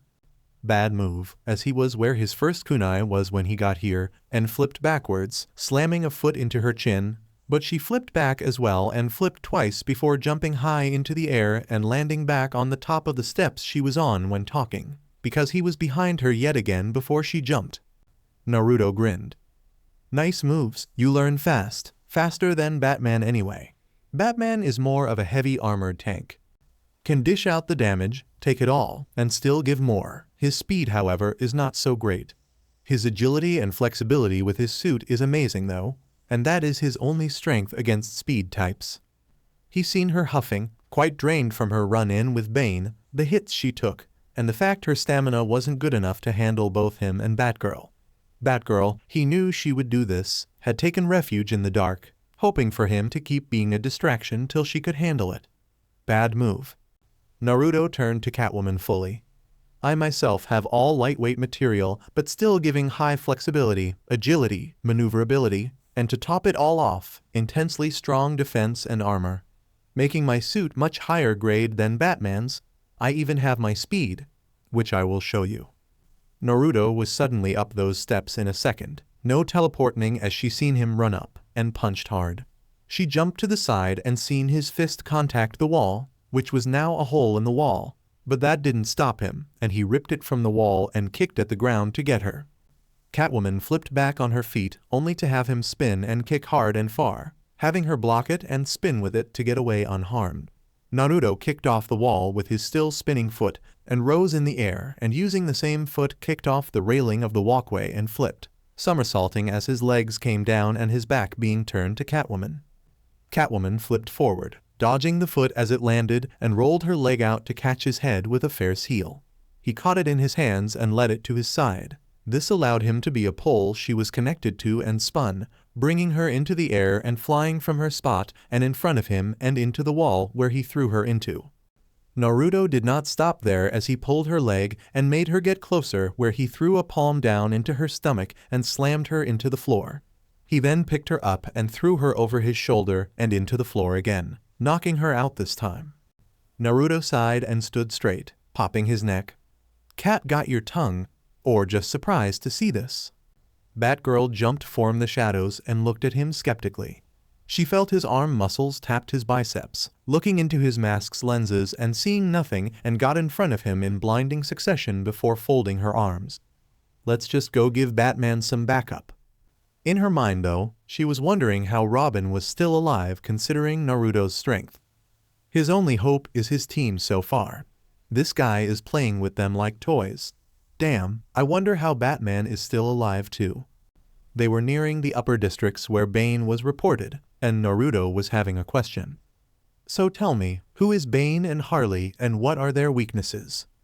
Batgirl chuckled nervously. Well, Bane is a big brute with intense strength, great fighting skills and intellect to match. His weakness is his power. He uses a chemical called venom to up his strength and body to near impossible levels of strength, and you can take him down by taking away the source of that power. Naruto nodded, humming as he tried to imagine the guy. Batgirl continued. Harley is a bit different. She's normal, no special attributes. Well, except when Poison Ivy got her a while back. She got injected with some special DNA mix and was stronger and faster, but only by a little, and more immune to poison now, but basically gave her enhancements. She's also a clown. Naruto nodded and chuckled at that. Clown villains? Who would have thought that? Oh right, the Joker. They came up to the demolition that was taking place and Naruto seen Batman being held up by Bane. Nice. Batsy got himself knocked the fuck out. Got a quick eject. Batgirl reached up and pulled on some cords before she felt from her seat and out the bottom of the plane. Naruto did the same and threw his kunai again, hitting near Bane and teleporting. As soon as he got close he seen plugs, 3 of them, one going in the arms each and one in the head. He jumped over Bane, who was turning, and cut into all 3 with a single slice of his back sword and looked to see his handiwork. Naruto looked slightly puzzled. Batgirl seen Bane stop and went by Naruto to see. Nice, but that's not venom. The green stuff inside the tubes came out in sloppy slush and Batgirl went to it and backed up, covering her nose. Sewage. In a creepy deep and slightly high-pitched voice Bane turned and talked to them. Well, if it isn't Ratgirl. I was just about to have a rat snack. Sorry, but Ivy promised me a good meal, and this was like going to a 5-star restaurant with an all-you-can-eat for free coupon. Not it turned to dinner and dessert. Batgirl paled a little. This can't be. Naruto looked to Batgirl. The voice doesn't match the man. What the hell is going on? Batgirl yelled as she threw her batarangs, which hit into the legs and chest of Bane, but when they blew, the skin and clothes of Bane were ripped apart, and under it was scales, green slimy scales. Killer Croc. Naruto looked a little surprised now. Okay, so is Bane also known as Killer Croc? You do realize I am not up to date on all your major villains. Killer Croc laughed as he stomped to them with amazing speed. Tick-tock, feed the croc, he roared loudly as he ripped his fake Bane skin off and jumped at them. Naruto teleported to his kunai again and Batgirl rolled under him as he jumped, narrowly missing his teeth. Batgirl scoffed. Killer Croc and Bane are different. Bane is how I explained, but Killer Croc, he's different. Enough talk. Mealtime, they found Batman thrown at them, and Batgirl, being the selfless hero she was, caught him, costing her ribs as she hit the back of a beam sticking out of the demolished area. Naruto, however, shot his swords from his arms again and hit Croc. Croc laughed. Thought those stupid things could harm me, boy? Not a chance. Suddenly the swords gleamed in yellow light, and he saw it blinding him as he felt pain. He was thrown back and hit a still-standing building hard, and looked down to see his armored scales torn and peeled back, and very heavily damaged. Naruto hummed as he stood straight, holding his swords in his hands. I see. Hey, Bat and Red, what's this guy's deal? I hit him with the back end, and he is still standing. Batman grunted, coming out of his little knockout. Nearly impenetrable armored skin, incredible superhuman strength. Bastard to take down. I came prepared to take Bane, not Croc. Batgirl rubbed her ribs as Croc got up. Harley's idea of a joke, no doubt. Naruto hummed. Leave it to me. Where is that spirit guy? Didn't he come with you? Let me guess, Harley's tail. Batman nodded and came up to Naruto. You wounded his armor. That takes incredible strength. You held back against me. Naruto chuckled. Of course. Never show what you got the first try. Besides, it would take Superman to take me on, and even then he needs to be smarter before facing me. Combine you both? I think I can have my greatest challenge. Batman narrowed his eyes as Croc began to charge again. You might just get your wish. He threw down a smoke bomb. Naruto saw Batman in the smoke lay some kind of device on the ground and jump away. Naruto was quick on the uptake, as he jumped up out of the smoke as well, and saw as he got out that Croc was in. This was where Batman's smarts were good enough to kill Naruto if need be, as Croc was suddenly blown up by the explosive devices left there, and was sent up. Naruto saw the reasoning behind Batman now, and slashed hard down to meet the Croc. Bad move, because Croc had actually jumped to meet him, and grabbed him in mid-air before getting back to the ground. Naruto didn't allow this to go on and took his swords and stabbed them into Croc's wrists, making the mutant crocodile man cry in pain and throw him through 2 whole buildings. Naruto was embedded in the concrete he was currently 3 inches into. With his mask on you would not see it, but he had a deadpan look. Naruto sighed, resting for a bit. This hero gig is rough. I see why Batman normally can't take these guys first round. But you know, I gotta respect him. With his limited powers he can take on the entire bunch by himself and escape with enough time to get to bed for the morning. That is true power. He picked himself from the wall and brushed the debris off him. Time to cut me up a crocodile purse to give to Jinx. He returned his swords and teleported to his kunai again, in time to duck or at least have Batgirl hit him whilst flying backwards. Killer Croc was a beast, and Batgirl had not been experienced against him it seemed. He looked to Batgirl. Hey, Red, tell me, why can't you go toe-to-toe with Croc? Seems Batman can. Batman was currently doing his martial arts thing, grabbing the powerful punch to his head and pulling on it hard, even jumping for the extra leverage before pulling Croc to his knees. Croc got on one leg and jumped, trying to catch Batman, only to have Batman slam a punch in his face and roll out of the way before being eaten again. Batgirl grunted, getting up and throwing a batarang to Croc, which hit his nose, making his unsteady. Because Batman doesn't want me to, and I see why. Naruto nodded but shrugged. He is holding you back. Not good. If he never gives you the experience and training for people like Croc, then how can you ever be his partner and help him? What if you are cornered by Croc and he can't come in time? Batgirl looked at Naruto and looked a little curious. What do you mean? I am his partner, so was Robin, till he was a shithead. Batman didn't even bother asking them for help. He was doing things by himself still, and apparently moving like he expected it. He threw 2 batarangs to the sides, and they were connected by a cable, and they wrapped around Croc's legs. He grabbed a hook and slid under the wire and legs of Croc, who was trying to catch him, and hooked the cable, pulling and making Croc hit face first into the debris he created. Naruto chuckled. I see. You are blind. Partners do not leave their partners in the dust. They do not progress without the other. And you know what? I see now. Robin was concerned for his safety and yours if Batman could not see this, and went on his own to be a better hero. He didn't want to be a little bird in the shadow. He wanted to be equal, to be a hero that he was proud of, to be someone who could protect who he cares for. Naruto stepped up, seeing Batman climbing on the back of Croc, only to have Croc grab him and fly back, landing on the Batman. Robin will not let his partners and team stay behind as he takes care of things. He will allow his team to grow with him, so they all are stronger, not just one, not just he being prepared, but all of them. If you truly cared for Robin at all, you would see it from his side of things. But for now, I think I will end this. Naruto was glowing red, and his cape was clinging to his back, but the end of it turning into a tail. The fun begins. Naruto jumped and nearly teleported with his speed and crashed a hard hook into Croc's belly, making him drop Batman and cough.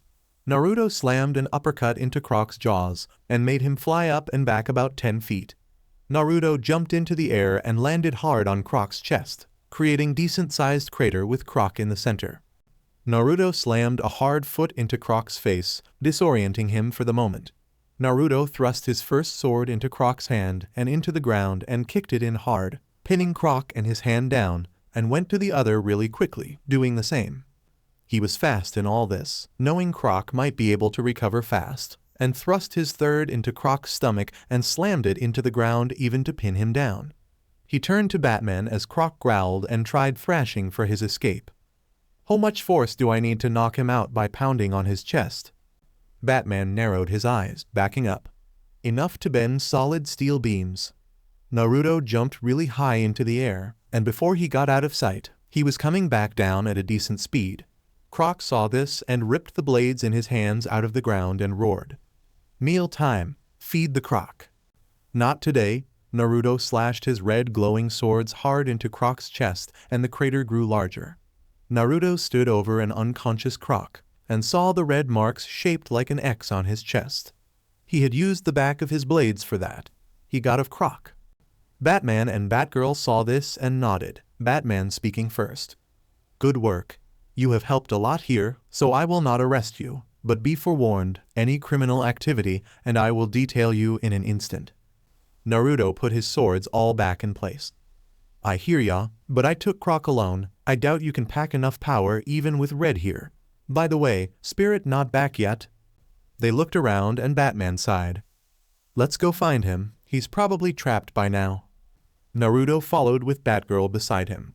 Looking down on his partners, once again, Batgirl looked to Naruto, then to Batman, and shortly after, looked down in thought. Atomix, Jump City Chronicles Part 2. Jinx was walking in the short slums of the market district. Seeing as how Gizmo was busy, Mammoth needed for heavy lifting. Kid went to see Simon Chesher and Naruto were gone in Gotham, and Private Hive was sleeping. She was going in for a visit. To her surrogate parents, she knocked on the door of a small house at the edge of the block, and after a second or two she heard a buzzing, then a ring, and shortly after a snap. She smiled and came in, seeing no one in the living room. She gone to the kitchen area and saw her surrogate father sitting at the table, cleaning his favorite pistol, an H&K 45 SOCOM. Nearly impossible to get without a military contract, or so he told her. Held 12 rounds in a clip and 1 in the chamber, and a pretty accurate and reliable gun. He was brushing the inside. How you doing, Squirt? He was smoking and puffed some smoke into the air. She sat down, sighing. Nothing to do around base, thought I'd drop in to see you guys. Hey, speaking of which, where is she? Marley grunted, shrugging a shoulder behind him. She is sleeping, had a rough day today, she said. The captain is scrambling us to work harder. Suddenly, though, Marley felt something against his neck and stopped breathing, staying still. He heard a voice behind him. "Did you not check the calendar?" Jinx snickered, seeing Big Bad Marley being threatened with his life by a sugar stick candy. Marley grumbled, taking the cigarette from his mouth and giving it to his wife. She took it and put it in her mouth. Seeing as it was half gone, she would have the rest and be fair. His wife was a white-haired woman, slightly darker skin tone than her husband and gray eyes. She went and got another before turning to the table. "Jinx, glad to see you arrived. Hope you're not causing too much trouble." Jinx shrugged. "You know me, just doing my part." Marley turned to his wife, biting on the sugar stick. "Sorry, Canon, forgot to look. I had a rough couple days. Seems the Hive and the Titans are in for it with this new shit going on." Canon hummed, taking the last swag of the cigarette and biting on the sugar stick. "I heard. This girl good enough to beat you." Jack, Marley's real name being Jack, but his alternate name for protection was Good in public. Jinx frowned. "I saw who he was against. I still am glad my friend saved your ass, old man." Jack grunted, biting the rest of the piece he had bitten off earlier into bits. "Hey, she was tough, but I ain't allowed to shoot to kill anymore, so I can't exactly do my work without some trouble." Kanan smiled. "Same old goat. But that's why I love you. You're a tough one, and you're my old goat." She kissed his furry cheek and sat beside him, grabbing some string and twisting it around in her hands. Jinx blew a raspberry. "You, adult Ike." She smiled though. "Though I was hoping for advice. I like this guy on my team." Jack twirled the candy stick in his fingers as he set his gun pieces down. "Really? The little shrimp? Or the big furry one?" Jinx pouted. "Neither. The one I love is the one who saved your ass." Jack nodded, putting the stick in his mouth and sighed. "Well, do you know anything about him? There has to be no secrets between you and him. If he has a secret and he won't tell you, you have to compromise, but make sure the secret is worth keeping secret." Kanon pulled on the middle of the string she was playing with her teeth, and the string made a cat's cradle Eiffel Tower, and spoke with the string still in her teeth. "And make sure the relationship is fair to both of you. If you are unhappy with his choices, or he is unhappy with yours, the relationship is one-sided and you can't stand on that foundation. Kinda like that National Treasure movie with the slate on the stick trap at the end." Jinx chuckled. "I guess. Thanks. That's why you have the calendar set up right. To make sure you're both using your addictions evenly with each other and being fair about it." Jack grunted as he was done. "Yeah. Although we forget sometimes, me mostly." Kanon pulled the string back to one string and pulled Jack's face to hers and kissed him on the lips, the candy stick not sure who it wants to be with. It stuck with Jack, who grinned. Kanon smiled. "It's fine, I sometimes forget too." Suddenly they heard a knock and Kanon pressed the button near Jack, flipped the switch, and then turned the key. Their locking mechanism for safety. Jinx turned to the area near the door.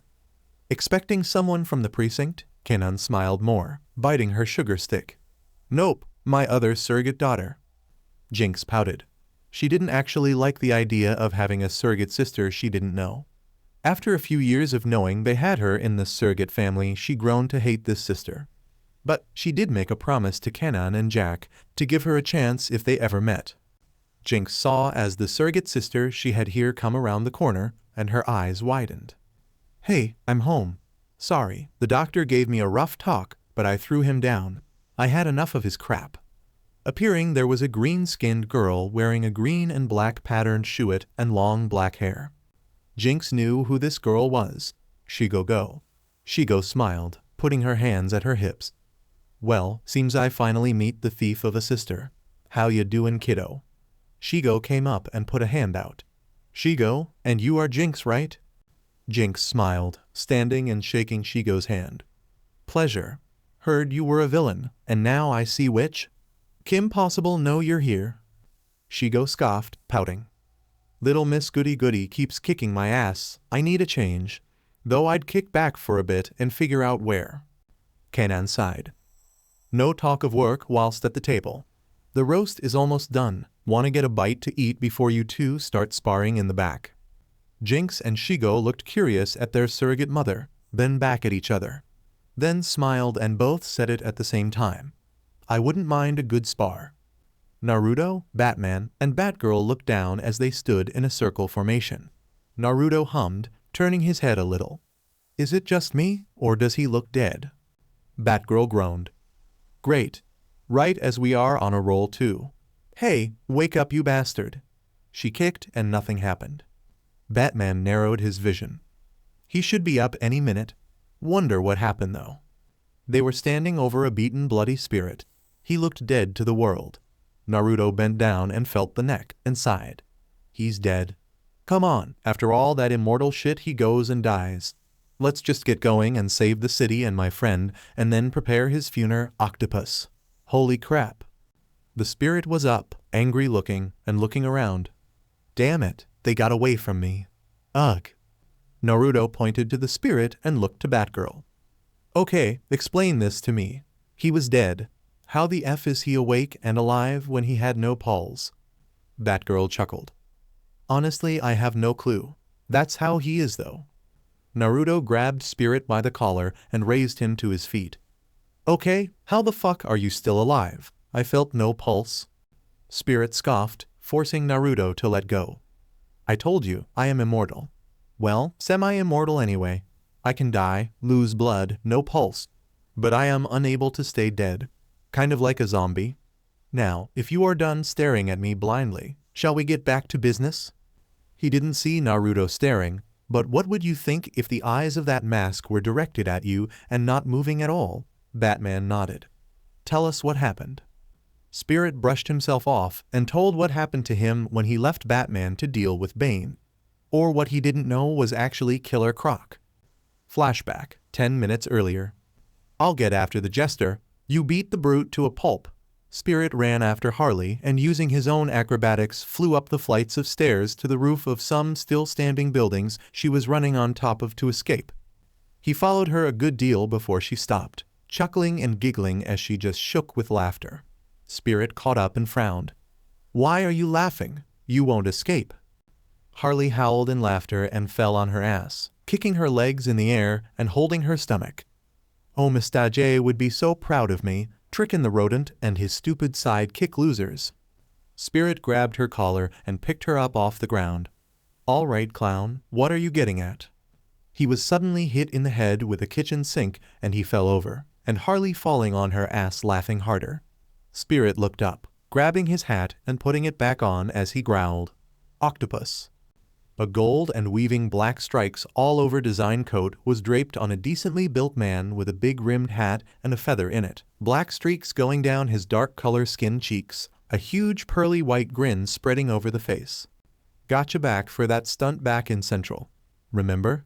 We were throwing fists, bells, rocks, all sorts of things. We tossed everything but the kitchen sink.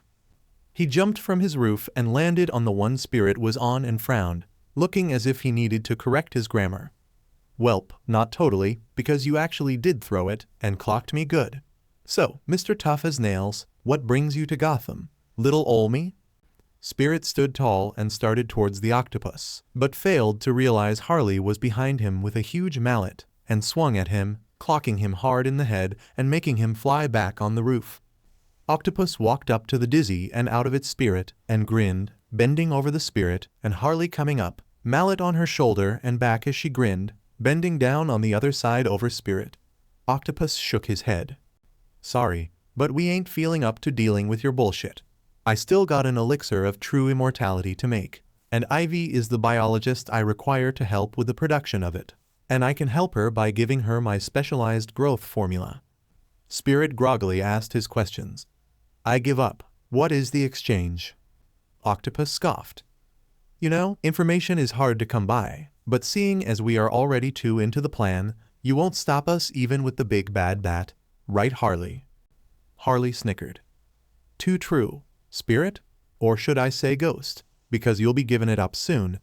All Ivy wants from Octodummy here is his product tested first. That why Killer Croc is back there demolition the place. Spirit looked a little confused from that, and Octopus grinned. Ah yes, I suspected the dress-up we gave him would be supremely convincing. Too bad Bane is still by Ivy's side. We got Killer Croc a deal. He helps demolish an area we choose, and that will bring the bat he wants to eat right in his hands. Spirit started to get up and Octopus put a big gun on Spirit's head and put him back down. Now, don't want to ruin your suit unless I need to. You know how hard it is to find a suit like yours? It's worth a goddamn fortune, a Marquis Verado. So, just lay back and enjoy the talk. The longer we stall you, the easier Ivy gets to use her new juice. Spirit looked at Octopus and scoffed. She's just using you, and she'll just erase you when she is done. Octopus grinned. Oh yeah, well thing is I only gave her a small amount to use and some ingredients she can't get in Gotham, and I have the formula back in Central. All we need to do is come to a peaceful conclusion and we both be happy and not even you or the big bad bat will do a thing against us anymore. Harley rammed the mallet hard into Spirit's gut. Sorry Chief, but we gotta put out your lights, haha, bye Phantom. She had the mallet swung back, and then using all her strength and leverage forced it back up into the air and down hard, pulverizing Spirit's head into the floor. Octopus rubbed the gun he had in his hand on his head. Moron, he's incapable of dying. That just gave him a small concussion, and he'll be up in a minute. This will give us some more time. He put the gun to Spirit's head and fired, blowing a big hole in his head and blood splattering everywhere. Flashback end. That's the last thing I remember before waking up with you all here. Naruto sighed heavily. Okay, so Bane is with Ivy, and she has some super formula to help destroy Gotham with. Not good? Batman, any ideas? Batman turned and started walking off the roof, jumping down. Naruto used his tag he placed on the Batback during their fight and was with him as he fell into the Batwing. Batman started flying it and narrowed his eyes. Why are you here? Naruto shrugged. Oh, nothing. Just wondering why you left them back there.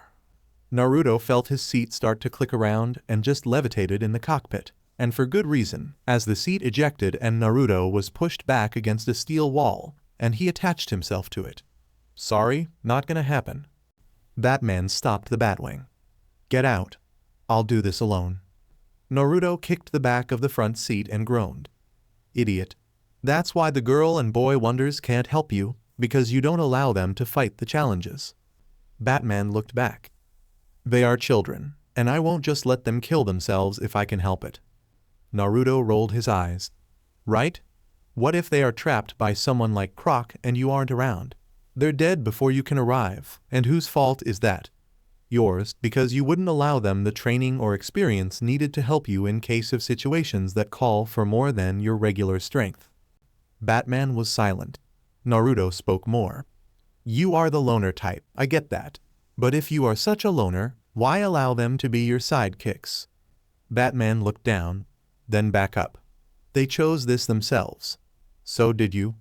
Batman looked back to see Naruto giving him the finger. Come on. I can think of 5 people in Gotham who you can be. You have a Batmobile, Batplane, Batboat, Batsub, huge as hell computer, high-tech gear. You are a rich as hell idiot. The biggest name of rich in the city with the best tech is Bruce Wayne.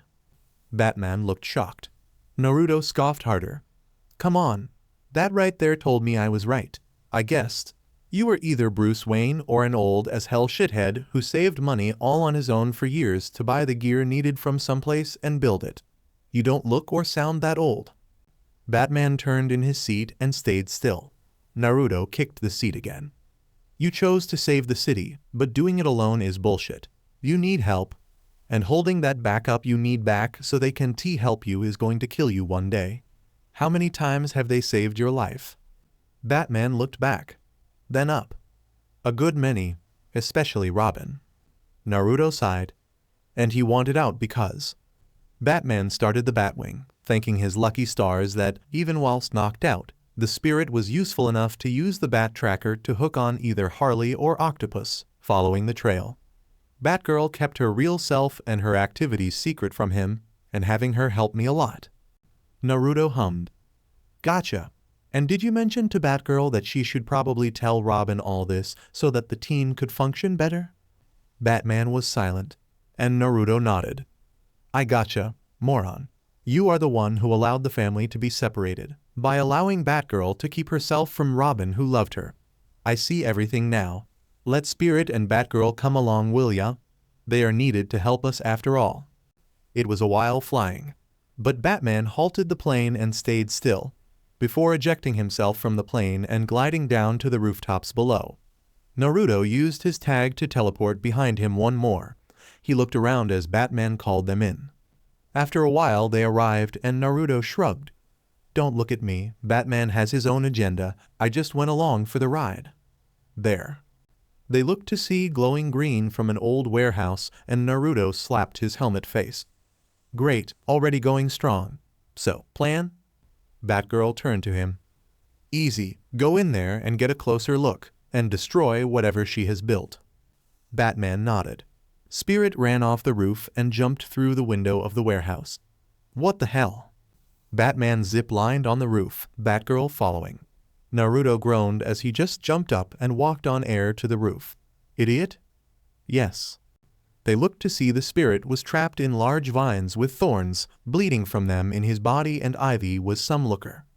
A woman with green skin and a vine dress over her supple form, flowing and long red hair, which was emitting a strong red mist, and some very well-endowed curves. Naruto looked to Batgirl. Jealous of her too. Batgirl groaned. Don't remind me of my assets, pervert, and kicked him in the head, but his head only tilted sideways and she was currently nursing her hurt foot. He sighed. You gave away our position, moron. The roof burst wide open with these huge as hell vines and grabbed onto all three of them. Naruto was passive, the thorns not big enough or sharp enough to cut deep into his suit's dragon skin or steel plates. Unlike the original Red X suit, his was a bit bulkier, but just as lightweight. Batman and Batgirl, however, had some troubles with the thorns. Poison Ivy grinned, moaning as she put her hand to her chin. Well, the bats finally come from the Belfry. What do I owe the honor? Oh right, I'm about to destroy the city and rebuild nature. Who might this be though? She was on a vine herself and led it up to Naruto. Naruto tilted his head to the side. Just your average thief. Nothing special about me. Ivy chuckled in a sexual tone. Well, you got the muscle I see, and foxes are nature's little darlings. Why would a thief be helping the bats? Naruto chuckled. Easy, because I am helping them, and they are helping me. A back scratch deal if you realize what that is. Ivy smiled. I do, since the octopus is doing one with me. His help is very much approved too. What would you need help with though? Naruto sighed. Because I have a friend who came to Gotham to visit Catwoman. You kidnapped her. Chesher, that name ring any bells? Ivy grinned more. Oh, so she is your type. Well, too bad. I would have been better fun. The little kitty is hanging around. Wanna see? Ivy moved to the side and pointed behind him, turning him around. Naruto gasped, seeing Chesher in ripped clothing, and showing a lot. Black lace panties and no bra, but the clothing still allowing her dignity to be kept by covering the nipples, but the roundness is still there to see through the rips. She was currently unconscious, but he could easily see her chest heaving breaths. He turned his head to Ivy. Let her go. I will ask nicely, please. Ivy hummed in thought, before frowning and shaking her head. Nope. She's my test subject for my new formula. She has a 1% chance of living through the test phase. Naruto started to glow red. Allow me to rephrase my request. Let her go. This instant. Or I will personally rip your body to shreds vine by vine. Poison Ivy looked a little shocked that his voice was deeper and even creepier than the normal metallic voice, but grinned. Sorry, but even if you manage to get from those vines. She snapped her fingers and Bane, the real one, walked on the side catwalk and was showing himself. He will kill you the second you try. Naruto chuckled and Batgirl grinned. Batgirl spoke first. Oh, you are so dead, Ivy. Naruto spoke next. Your fake Bane is currently knocked the fuck out. By me, and I did it easily. I only had to use 5% of my strength. Do you think that bulky shithead with a fuel tank can beat me? Batman turned to Ivy. Don't underestimate him. I did, and I'm still bruising. Ivy looked to Naruto and smiled a little. All right, tell you what. Join me for a round of destroying bats and Babe, and I will set Cheshire free. Naruto growled and popped his neck. Free? Sure. Alive? I doubt you would allow that. Tell you what though, here's a new deal. I kick your ass, destroy Bane, and still have Chesher safe alive and free from your grip. Only other option is to turn yourself in and let her free and still alive. Poison Ivy put a hand up and the vines around Chesher rose her up over a formula. She grinned. With me, Bane, Harley, and Octopus, you have no chance to get her. Naruto was silent and chuckled lightly after a bit, but that chuckle soon turned into full-blown demonic laughter. How rich. You dare to threaten my friend's life, using her as a goddamn experiment, and will destroy every human in the world, even my other friends, all for your goddamn leaves. You can care for plants and help the world rebuild nature, but you sacrificing lives of people who have nothing to do with your stupid goals. And my friends at that. You shall feel the wrath of the Kyuubi. Out of nowhere indeed, the vines burst wide open, freeing Naruto, who threw a kunai at Chesher. Ivy was quick and let her vines go so Chesher would fall into the vat of formula. She rushed in to finish Naruto, Bane jumping and roaring, Harley falling from the roof to bash him, and the octopus pulling his biggest guns to blast him to shreds. Naruto was glowing bright res, his cape grew in length and width, forming two red tails as the rest of it clung to his body. Die, he vanished from his spot, but there were 4 of him now. One tackled Ivy outside of the warehouse, the other flying up and making Harley hit herself with her hammer, another kneeing Bane in the face and into the ground, and cutting the back cord.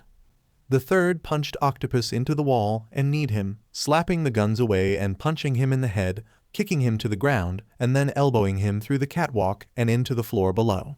The original, whilst this all was still a plan and not done just yet, had teleported to his kunai above Chesher and grabbed her arm, pulling her up as he floated in mid-air. He pulled her on his back and teleported to the 3 trapped heroes, cutting the vines loose and freeing them. Batman hummed. You did all that in the blink of an eye. How did you do that? The spirit didn't say shit, he just went down and grabbed the octopus. Thanks. Batgirl went to the hole in the wall and seen Ivy getting up slowly. I'll just go clean up little Miss Flower Petal. Harley was knocked out on the catwalk at the back, but Naruto just bowed. No one can outnumber me, because there's always me. Another him appeared, myself, and a third came in as well, and I. The glow and tails were done, and he was back to normal. Batman nodded. You helped immensely. Go ahead and get going, before I change my mind and try to charge you for property damage. Naruto nodded, and turned away as he walked on air to the front door. He turned as he stopped at the door, and grinned. Batman, see ya around ya? I have a feeling my days in Gotham aren't numbered. Adios. And with that, he was out the door and vanished in a yellow light. Batman narrowed his vision. I feel you are correct. Just hope you don't test my nerves. With that, he helped clean up the mess for the commissioner to get things all worked out and the villains back in their cells in Arkham. After tying them up and Spirit getting the hell out of there with the octopus, he and Batgirl silently flew along the rooftops and got to a higher building to keep watch on the place. After they were taken and put into special cars for each, Batman groaned.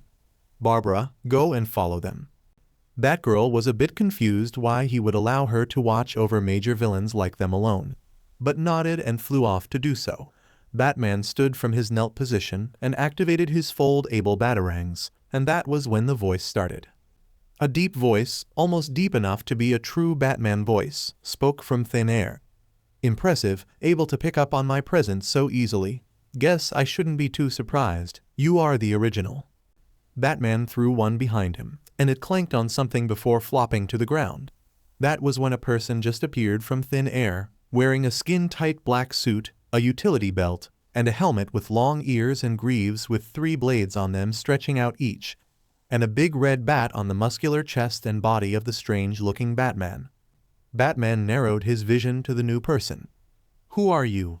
A copycat, not a very good one. The new Batman grinned. So you say. But from your tone and question, I guess I understand more about the time I arrived in. The original narrowed his vision, activating another batarang. The new Batman put his hands up. Hey, easy. I'm no enemy. In fact, I'm seeking your help. Listen, I'm from the future, around 60 years to be precise. I was thrust back in time. Batman stayed on guard. You came back in time for what reason? The new Batman sighed. I didn't do this on purpose. See, there was an incident. Kitsune in the future is still active, and even more powerful.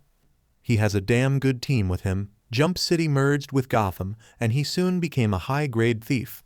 Never been caught. He and 2 of his team were fighting it out at a level only Superman can fight at top strength against 3 women.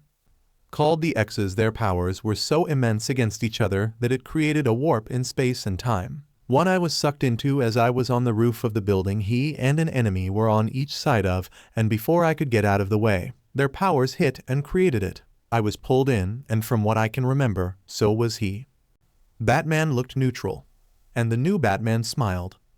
I'm just trying to get back. I thought I'd ask you first for help. Batman narrowed his vision, before putting his batarangs away and turned. Sorry, can't help you. My tech is not very advanced for something like time travel. The new Batman shrugged. Fine.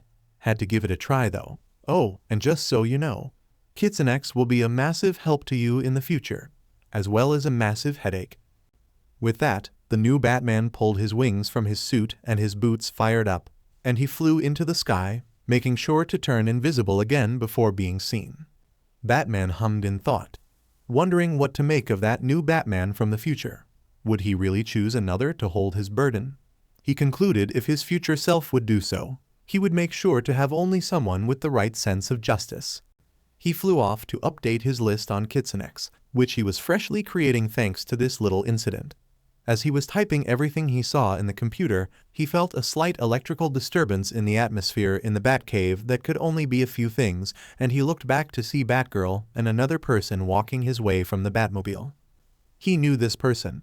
He was a black young man and had black hair in wild tendrils, a black domino mask on his face with blue glasses over his forehead, a blue hoodie jacket with gold on the inside, and wearing a black shirt with a golden insignia, the insignia being a circle with a lightning bolt crossing into it. Batman put a fist out, and the person he was greeting did the same. They hit the tops and bottoms of their fists together, then knuckle to knuckle. Batman smiled. Good to see you again, Static. Static smiled. Always a pleasure. Sorry, was flying by and saw Batgirl having fun with some gang members who were trying to get into the Batmobile, clung them to the wall, and we drove in. By the way, you got some moves, girl. Batgirl smiled. Thanks. Though not as good as Robin's, he still has better skills than me. Batman turned to his computer and finished updating, when Static got curious. Who this? Never seen him before. New villain? Batgirl shivered. Oh no, nobody like Harley and Ivy, just a thief. Strong as hell thief. Batman nodded. I underestimated him when he arrived in town, and he nearly had me beat. I was going to start my counterattack, but the spirit came in and helped. I never even bruised the guy, but he gave me a few to remember. Static whistled. Damn, he must be pretty hardcore. Just a thief. But if he was against you, why isn't he here? Batgirl answered for Batman. He's only a criminal in Jump City, and that's Robin's territory. He isn't wanted as a criminal here and no viable criminal record yet, so we had no good reason to hold him or anything. Besides, Batman jumped the gun to get the information of where Ivy was and attacked this guy first. Static hummed in thought and nodded. That sounds about right, I guess. So, you let him go scot-free then? You guys took down Killer Croc, Harley Quinn, Ivy, Freeze, and Bane all by yourselves and no help even after he was the one with the information. Batman finished and saved the file, turning. He did help. A lot. See, he needed help finding his comrade, and Ivy had her. He took down them all, and even the octopus, a criminal in Central that the spirit was here to catch. He took them out with ease. Static chuckled nervously. Sadly, I'll be going against him then. Not good.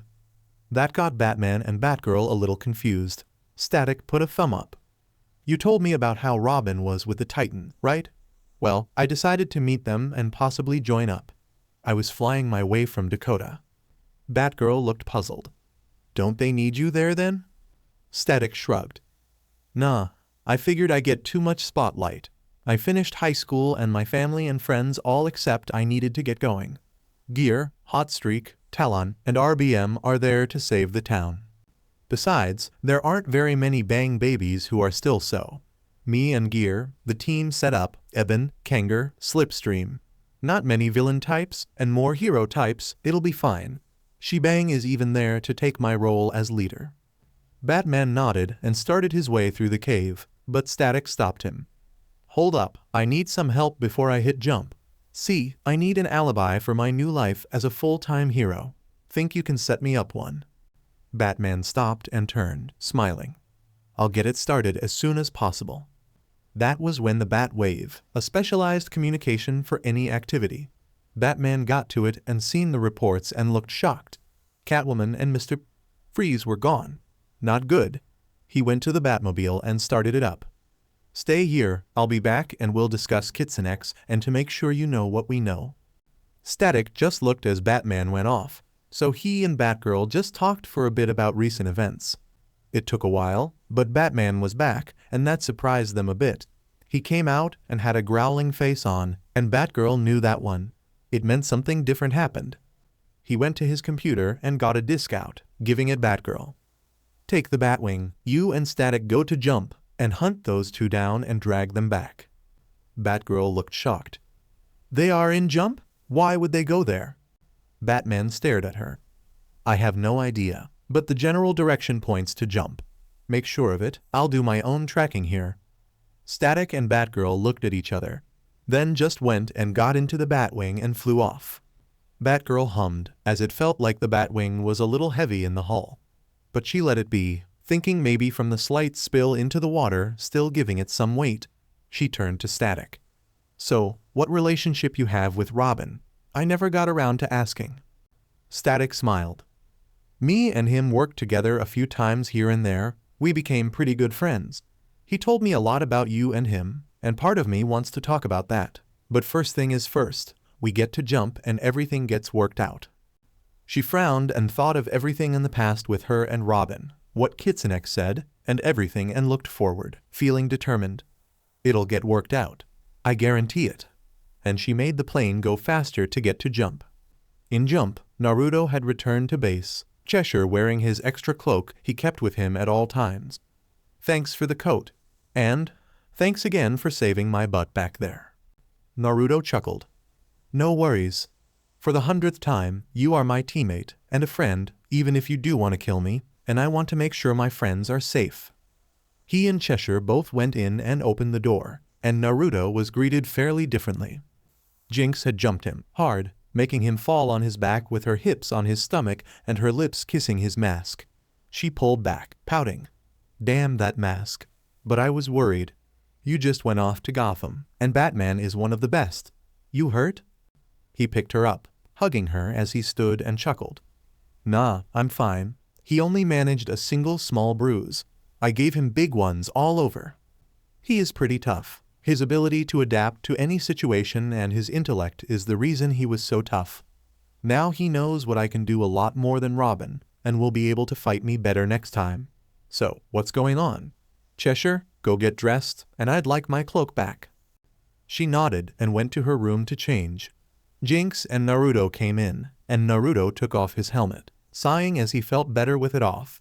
He then looked confused as he saw a new person in the HQ. She was green and wearing green, and he sweat dropped. I thought I saw enough green back in my days as a ninja, but I guess this one is a lot better looking. Jinx chuckled nervously, putting her surrogate sister's glowing hands down. He's joking. He's a joker, get used to it. Besides, he can kick everyone's ass with ease. I suggest trying to keep your temper. Jinx turned and introduced her. This is my surrogate sister, Go. She wanted to go along a different direction since helping a big-time villain where she used to be was just horrific. So, I suggested trying out being a thief on our team. Naruto nodded and put a hand out, smiling. Welcome aboard. Name is Naruto, also known as Kitsune. Just watch out for the Titans and you'll do fine. She smiled and shook his hand, and seeing the blonde, unruly hair and whisker marks and the sky-blue eyes, she blushed a little. Nice meeting you. No wonder my sister here has the hots for you. Jinx sputtered and she grinned, giving a light punch to the arm. calm down, just a little fun. See you later, I gotta get some sleep. And boy am I bruised. Naruto looked to Jinx in confusion as he saw Jinx was also having a few. She chuckled a little. We sparred, and I won. Her powers didn't work right thanks to mine, but she got a few hits in. Her martial arts are rough.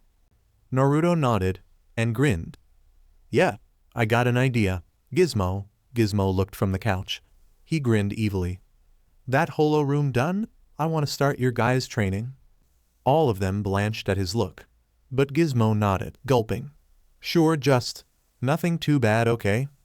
Naruto smiled softly. No worries. All I'm gonna do is help you all get better. You all have a lot of potential, and I will make sure you all are able to beat the Titans. That was when Jinx talked about the team. Oh, that reminds me. We need a new name for the new team. Naruto stopped and turned. Pandora, so many bad things. Super strength, super intellect, bad luck, energy disruption, ninja skills, demonic prowess, and more. All these bad things. The only good thing to balance us is we are all friends and only steal, never cause catastrophes. He walked off as they thought about that name. Gizmo grinned.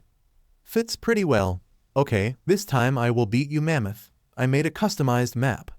And the two played more space rings. And even then, Gizmo lost 50 score to his 5. F that. Damn it, how did you snipe me when I was inside the goddamn box, you shit stain? I'll make Jump City Chronicles Part 3. Robin put the 9 blue discs he had thanks to Raven's powers and the 1 kunai she had changed for him on a belt, and put it up, smiling. Tomorrow I start training. See if I can manage to catch Kitsune with his own technique. He remembered what Raven said though. Don't overdo it. See, everyone in the universe and other dimensions have a special energy, and everyone has a unique energy signature.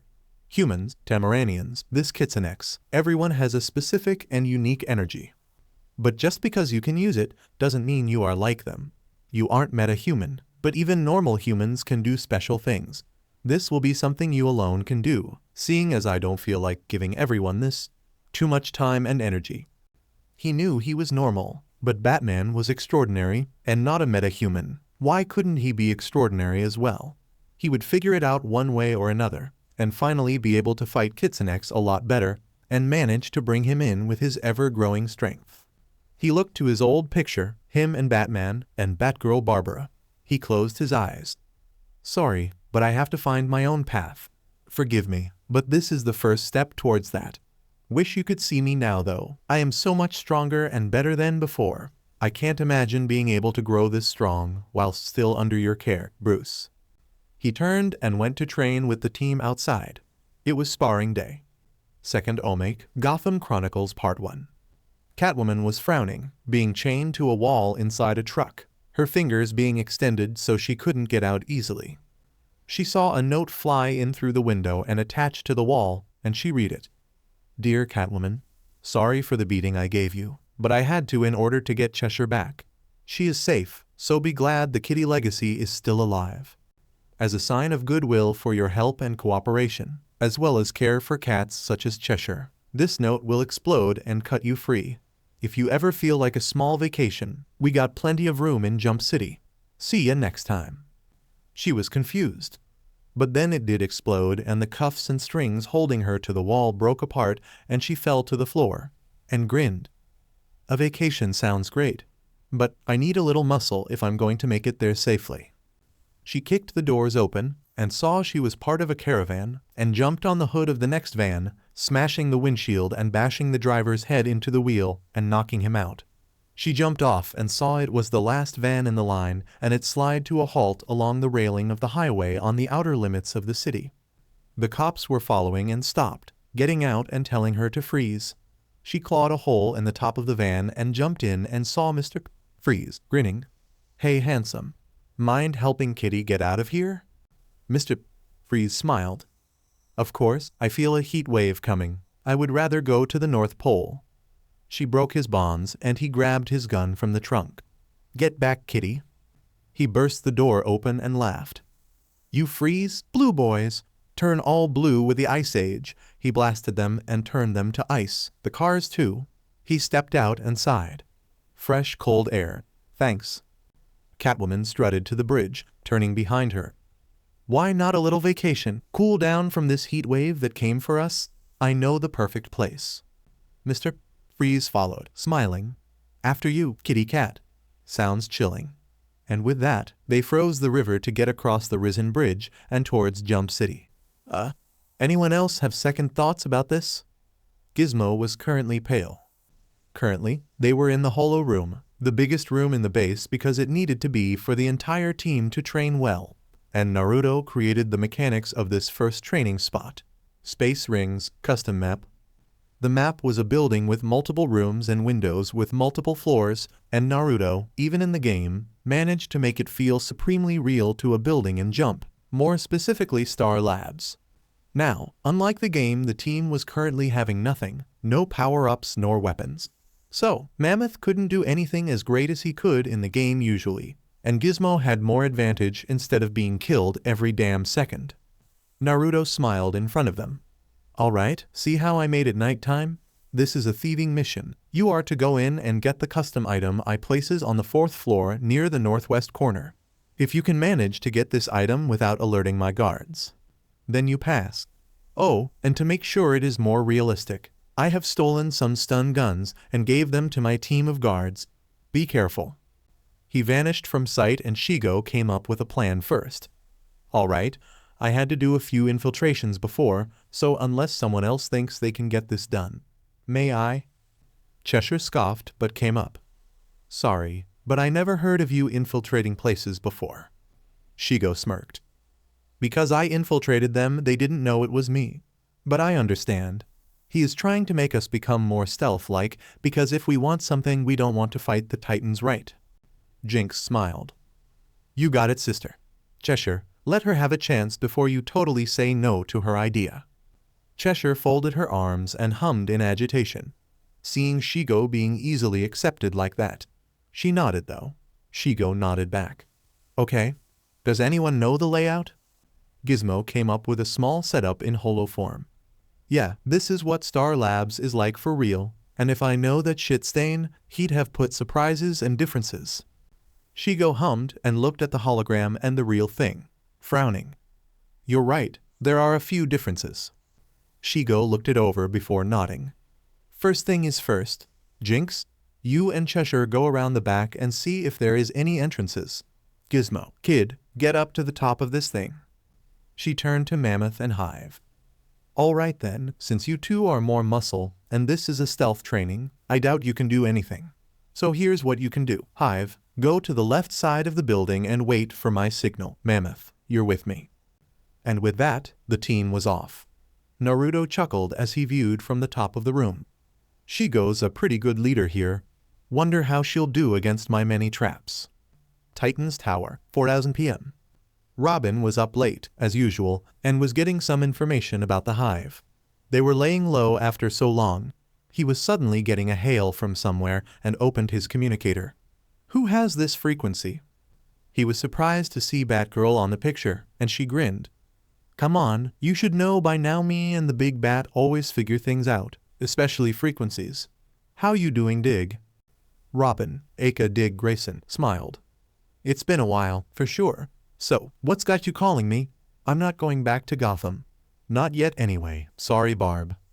Batgirl, aka Barbara Gordon, sighed. I know, the fight between you two. So, following Kitsune at all? Robin groaned a bit. How did you know about my villains? Batman making you keep tabs on me. Batgirl giggled. You know him well, as said before. Anyway, yeah. He was in Gotham. He kind of jumped in and out in a single night. Robin looked surprised. He was there, and he escaped Bruce? Batgirl sighed heavily. Pulled the jurisdiction card. If a Gotham villain is out of the city or even country, we'll follow, but your villains are your villains.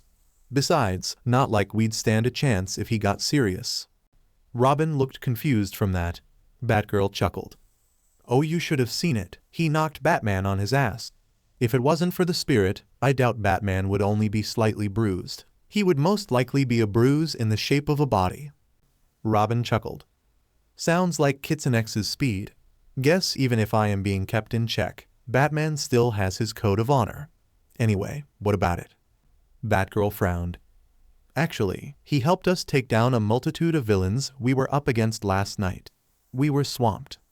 Croc dressed as Bane and was destroying downtown. Freeze and Catwoman were stealing from a museum. And Ivy, who was with Harley and the real Bane, were with Spirit's enemy, the Octopus, and almost created both a super plant growth formula and an immortality formula.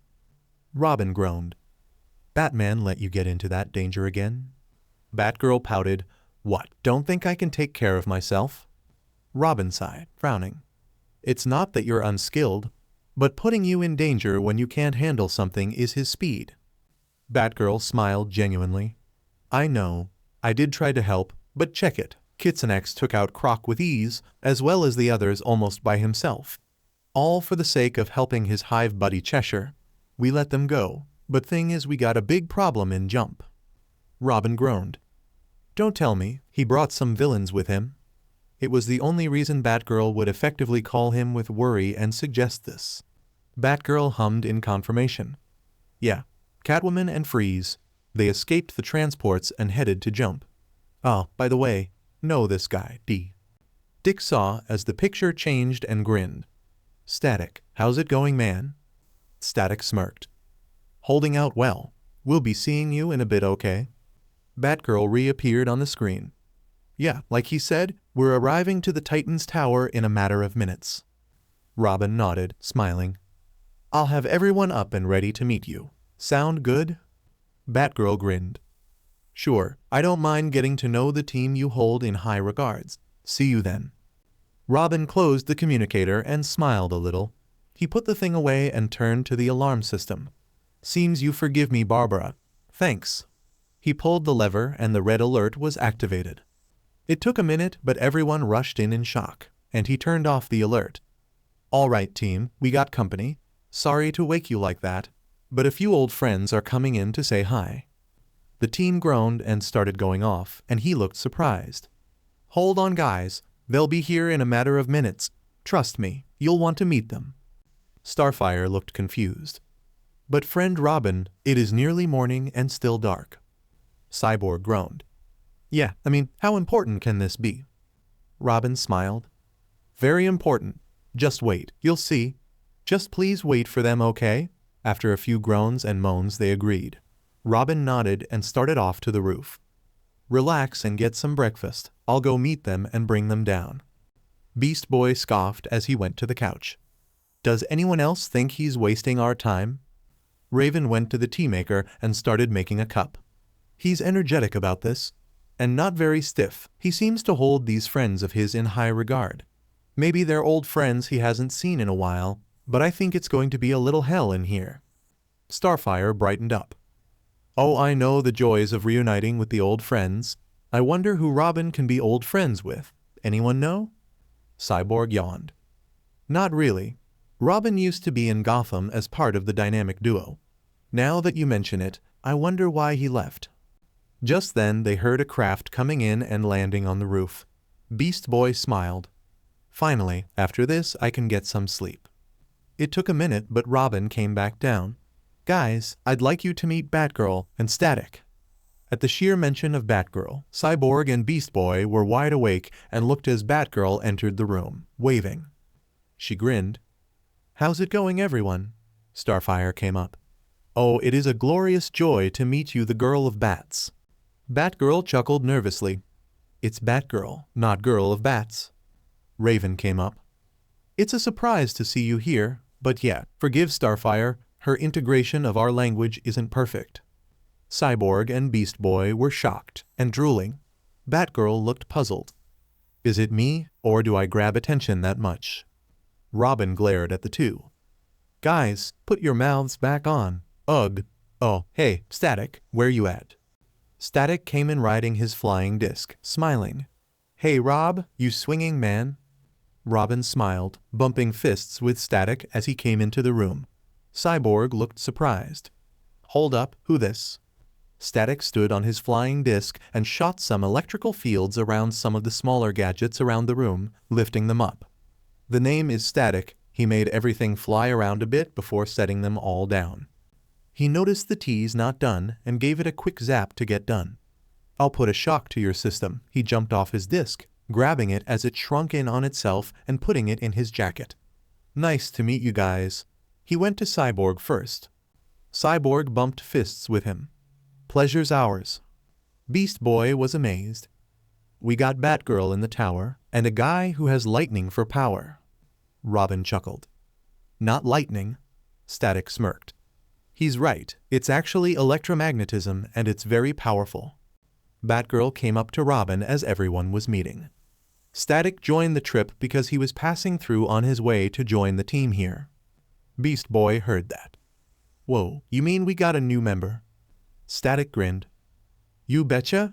Batman told me Robin started this group here a while ago and I thought I'd come by and put in my application. Robin smiled, nodding. Well, I guess it's fine. You have no idea. Everyone jumped to look at the new voice in the room. Everyone turned and saw a muscular-built man wearing a black suit, utility belt and helmet with bat ears, with a big red bat on his chest. Sorry to intrude. Robin and Batgirl jumped to the ready, and the Titans all followed, except for Static, who flew up naturally. Yo, you put on some muscle last time I saw you. Everyone hit the floor, except Static and the new Batman, and Static looked confused. Robin growled. You know this fake? Static smiled. He ain't a fake Batman, he's just the future one. The current will be too old to do anything and needed someone to take his place. The new Batman smiled. Seems at least one person recognizes me. The current one in this time didn't. Static looked confused. You telling me he went to the future as well? The new Batman nodded. Yeah, but apparently not yet. Anyway, nice seeing you, Static. Joining the Titans, huh? Robin went up. Everyone did, and he was suspicious. How did you get here? Batman smiled. I hitched a ride on the Batwing. Batgirl looked disappointed in herself. That's why it was heavier than normal. Robin groaned. What do you ant here? Batman frowned. Help. There was an incident in the future. Kitsune is still active there, and when he and two of his team faced against three of a new team, a rift opened up. I was sucked inside. Apparently I went back through time. Batman groaned, holding his ear. I heard ya. Ugh. Sorry about that. The old Batman talking in my ear. Which surprised me how prepared he was for this. And no, not the current Batman. The old man in the future is talking to me, even when I am here in the past. Robin scowled. Like I believe that. Batman grinned. You say that, but it is you who told him about it after I visited your future self one time. So make sure it happens, or I may ruin the past next time this happens. Robin looked confused. And how do you even know me in the future? Batman smirked. Please, it's not that hard when you have the old man's resources. Anyway, I was told by then old man I got help here when this happened. So, can any of you give me a hand? Raven flew up. All I need is how many years, and I'll look for the spell needed. But it may take a while. Batman smiled. I checked the date, and it is to the day here but 50 years from now. Thank Raven. He put a finger to his ears again, and as she was flying off to her room he turned. Yeah, before I leave I'll get it done. Batgirl smiled. So, how does the new Batman do things in Gotham? Static smirked. A little different. He's more talkative and stylin', but otherwise he uses every trick in the book. Batman smiled at that. Yeah, guess what? You guys want some hands-on training? I'm offering. The team looked a little confused at that and Batman grinned. You guys, against me. Kitsune will be part of your main villain base, and I'm willing to show you how good I needed to get to land some blows. Robin hardened his look, then looked to Static. Your call. You are the only one who knows him. Static smiled. I say we give him a shot. Besides, he's not one to lie about this. If what I heard from the original is true, then we're gonna need every bit of help we can get. Batman scoffed. That's the least of your worries. Kitsune has a varied power level. See, he has his trade hand-to-hand skills, incredible energy attacks, weird powers with his eyes, and even a vibrant energy that acts like Bane's venom juice with no side effects and makes him just as powerful as Superman is when he's using 100% of his strength. That got their attention. Cyborg was first to speak this time from the silence. Hold up, you mean this dude has the power to beat Superman? Batman shrugged. I have no clue. Superman is still an active hero in my time, and I'm even part of the Justice League as a part-timer, and he won't talk about his encounters. Every time I mention Kitsune, he either gets angry, gets sad, or just flat-out ignores me. Robin hummed. The anger and sadness could be anything, but the ignoring you may incline to his defeat. How do we battle against that? Batman smirked. By getting stronger. You guys are the only team, and it takes a team able to beat him. Robin, you use his own power against him, that right there helps. Starfire has no major weakness he can use against her, and she gets stronger, not to mention Cyborg. You know how smart you are. Beast Boy even gets good with strategy. They all looked at him like he grew an extra head. He smiled. I just said why you are able to. I never said you would do it. Why not? Let's see how good you are now and get a spar down. You'll learn a thing or two. Robin looked to the team. It's everyone's choice. Cyborg grinned, hitting his hand. I say we should definitely test out if this guy is real material or not. Starfire giggled. I would most enjoy sparring against the student of your mentor in the future. Especially with how I went into the future, I have a feeling he knows what's going on. Beast Boy grinned, crossing his arms. I don't mind bringing this guy down a few pegs. Static shrugged at that. I think you're underestimating him, but I am in. Batgirl chuckled nervously. Well, if everyone else is going to, then I don't mind putting my hand in. Might as well give a boost. Robin nodded, grinning. Let's go to the front. See if you can last. Robin led everyone outside and Batman groaned, loosening his muscles. He grinned. Come at me anytime you want. Robin grabbed his extending pole and rushed in. Titans go! He slammed the pole down hard, but Batman brought up his arm, catching it in the side blades before pulling on it and punching Robin in the face. Batman jumped back as a shocking electrical surge came at him from a flying static. Batman jumped up and threw an explosive pellet right at Beast Boy, who was charging in pterodactyl form, and got blasted. Starfire sent a powerful beam of power from her star bolts at Batman, who activated his rocket boots and jumped over it before boosting back to the ground. Nice teamwork. He grappled Cyborg, slamming a hell into the ground behind him to keep himself steady against him. Cyborg lifted Batman into the air, but Batman activated his rocket boots and rammed his shoulder into Cyborg, then jumped off him as Robin came in, swinging his pole. Robin used his staff to pole vault up and kick Batman. Batman used his leg to block it and his other to kick Robin, who rolled with his staff to land on his feet. Robin threw two birdarangs onto the ground, and they stuck in and let out a dark smoke. Static. Static shot out some electricity at the smoke, and used it to pressurize the air around Batman. That wasn't going to happen as Batman was already outside of it behind it and got some explosive pellets out again. Batman threw them down as he jumped, taking Beast Boy, who was coming behind him in gorilla form, and making him fly into the water. This was where Batgirl came in, throwing a wrapping wire at Batman, who flipped up over it, catching it with his hand and throwing it at Cyborg, who was jumping at him. Cyborg rolled on the ground as he landed and blocked the next strike with Robin's staff aimed for his head. He grinned. Nice hustle, but you need to be faster. Batman grabbed Robin and threw him into Starfire, who was coming in to tackle Batman instead. Batgirl dropped in and sent a flurry of spinning kicks before punching for the face. Batman caught the punch after leaning and walking back from the kicks and twisted the arm and throwing her into the ground behind him. Static rushed in and tried to use his taser punch, but was blocked as Batman flipped up and kicked Static up and away from him before pushing himself up into the air, flipping back to his feet before putting his hands up. That's enough, everyone. Everyone came up to him as he smiled. Decent teamwork, a little time and effort. I think you will catch Kitsune in no time. Raven came out of the tower, looking depressed. You fought without me. Batman turned, smiling nervously. Sorry, Raven, But whilst I am here, I needed to get at least something helpful to you guys, and I need to get back in a hurry. Don't worry, just keep up your own work, and you will be able to fight Kitsune better as well with them. Robin grunted as he grabbed his birdarangs. I see you are pretty good. No wonder if you were trained by the original. Batman smirked. You think it was all him, huh? I figured my own way of doing things, and you will too. Hell, you were the one who gave me that advice. Starfire came up, smiling. It was a most excellent spar. Thank you. I see now we all need practice. Batgirl untied Cyborg and they both smiled.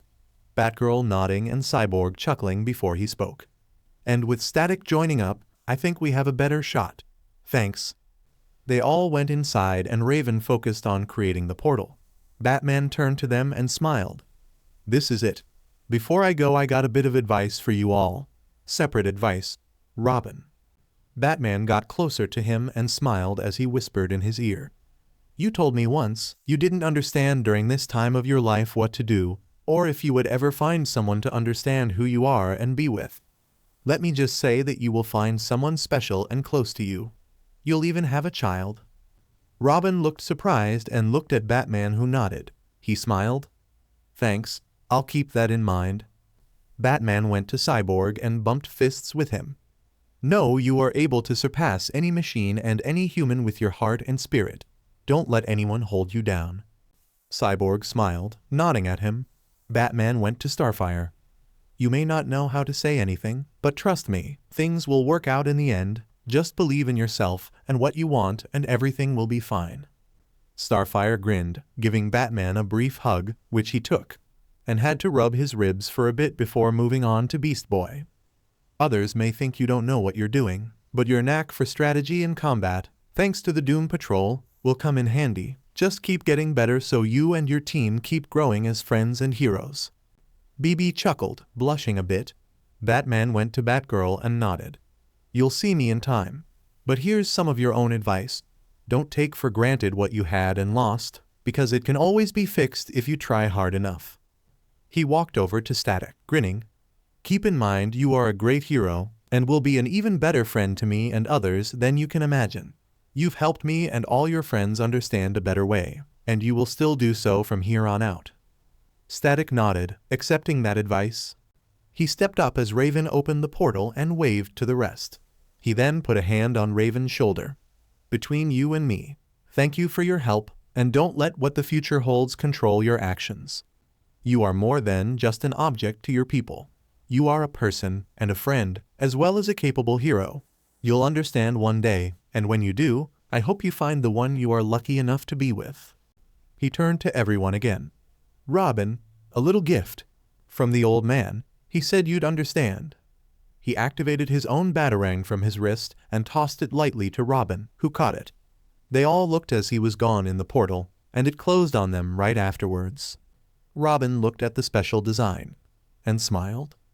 Still a show-off when it comes to me? Batgirl gasped. Wait, that's right, I came here for a reason. Robin, we need to hurry. Robin looked confused before looking shocked. Right, guys, come here. Robin gone to the computer and activated some top-secret files. I didn't think that I would need to open these again. All right, Titans, here's the situation. Batgirl's main purpose here was to bring back these two. He opened two files, one having Catwoman and her specs, the other with Mr. Freeze. Catwoman, an unknown who never got caught enough to know the identity of.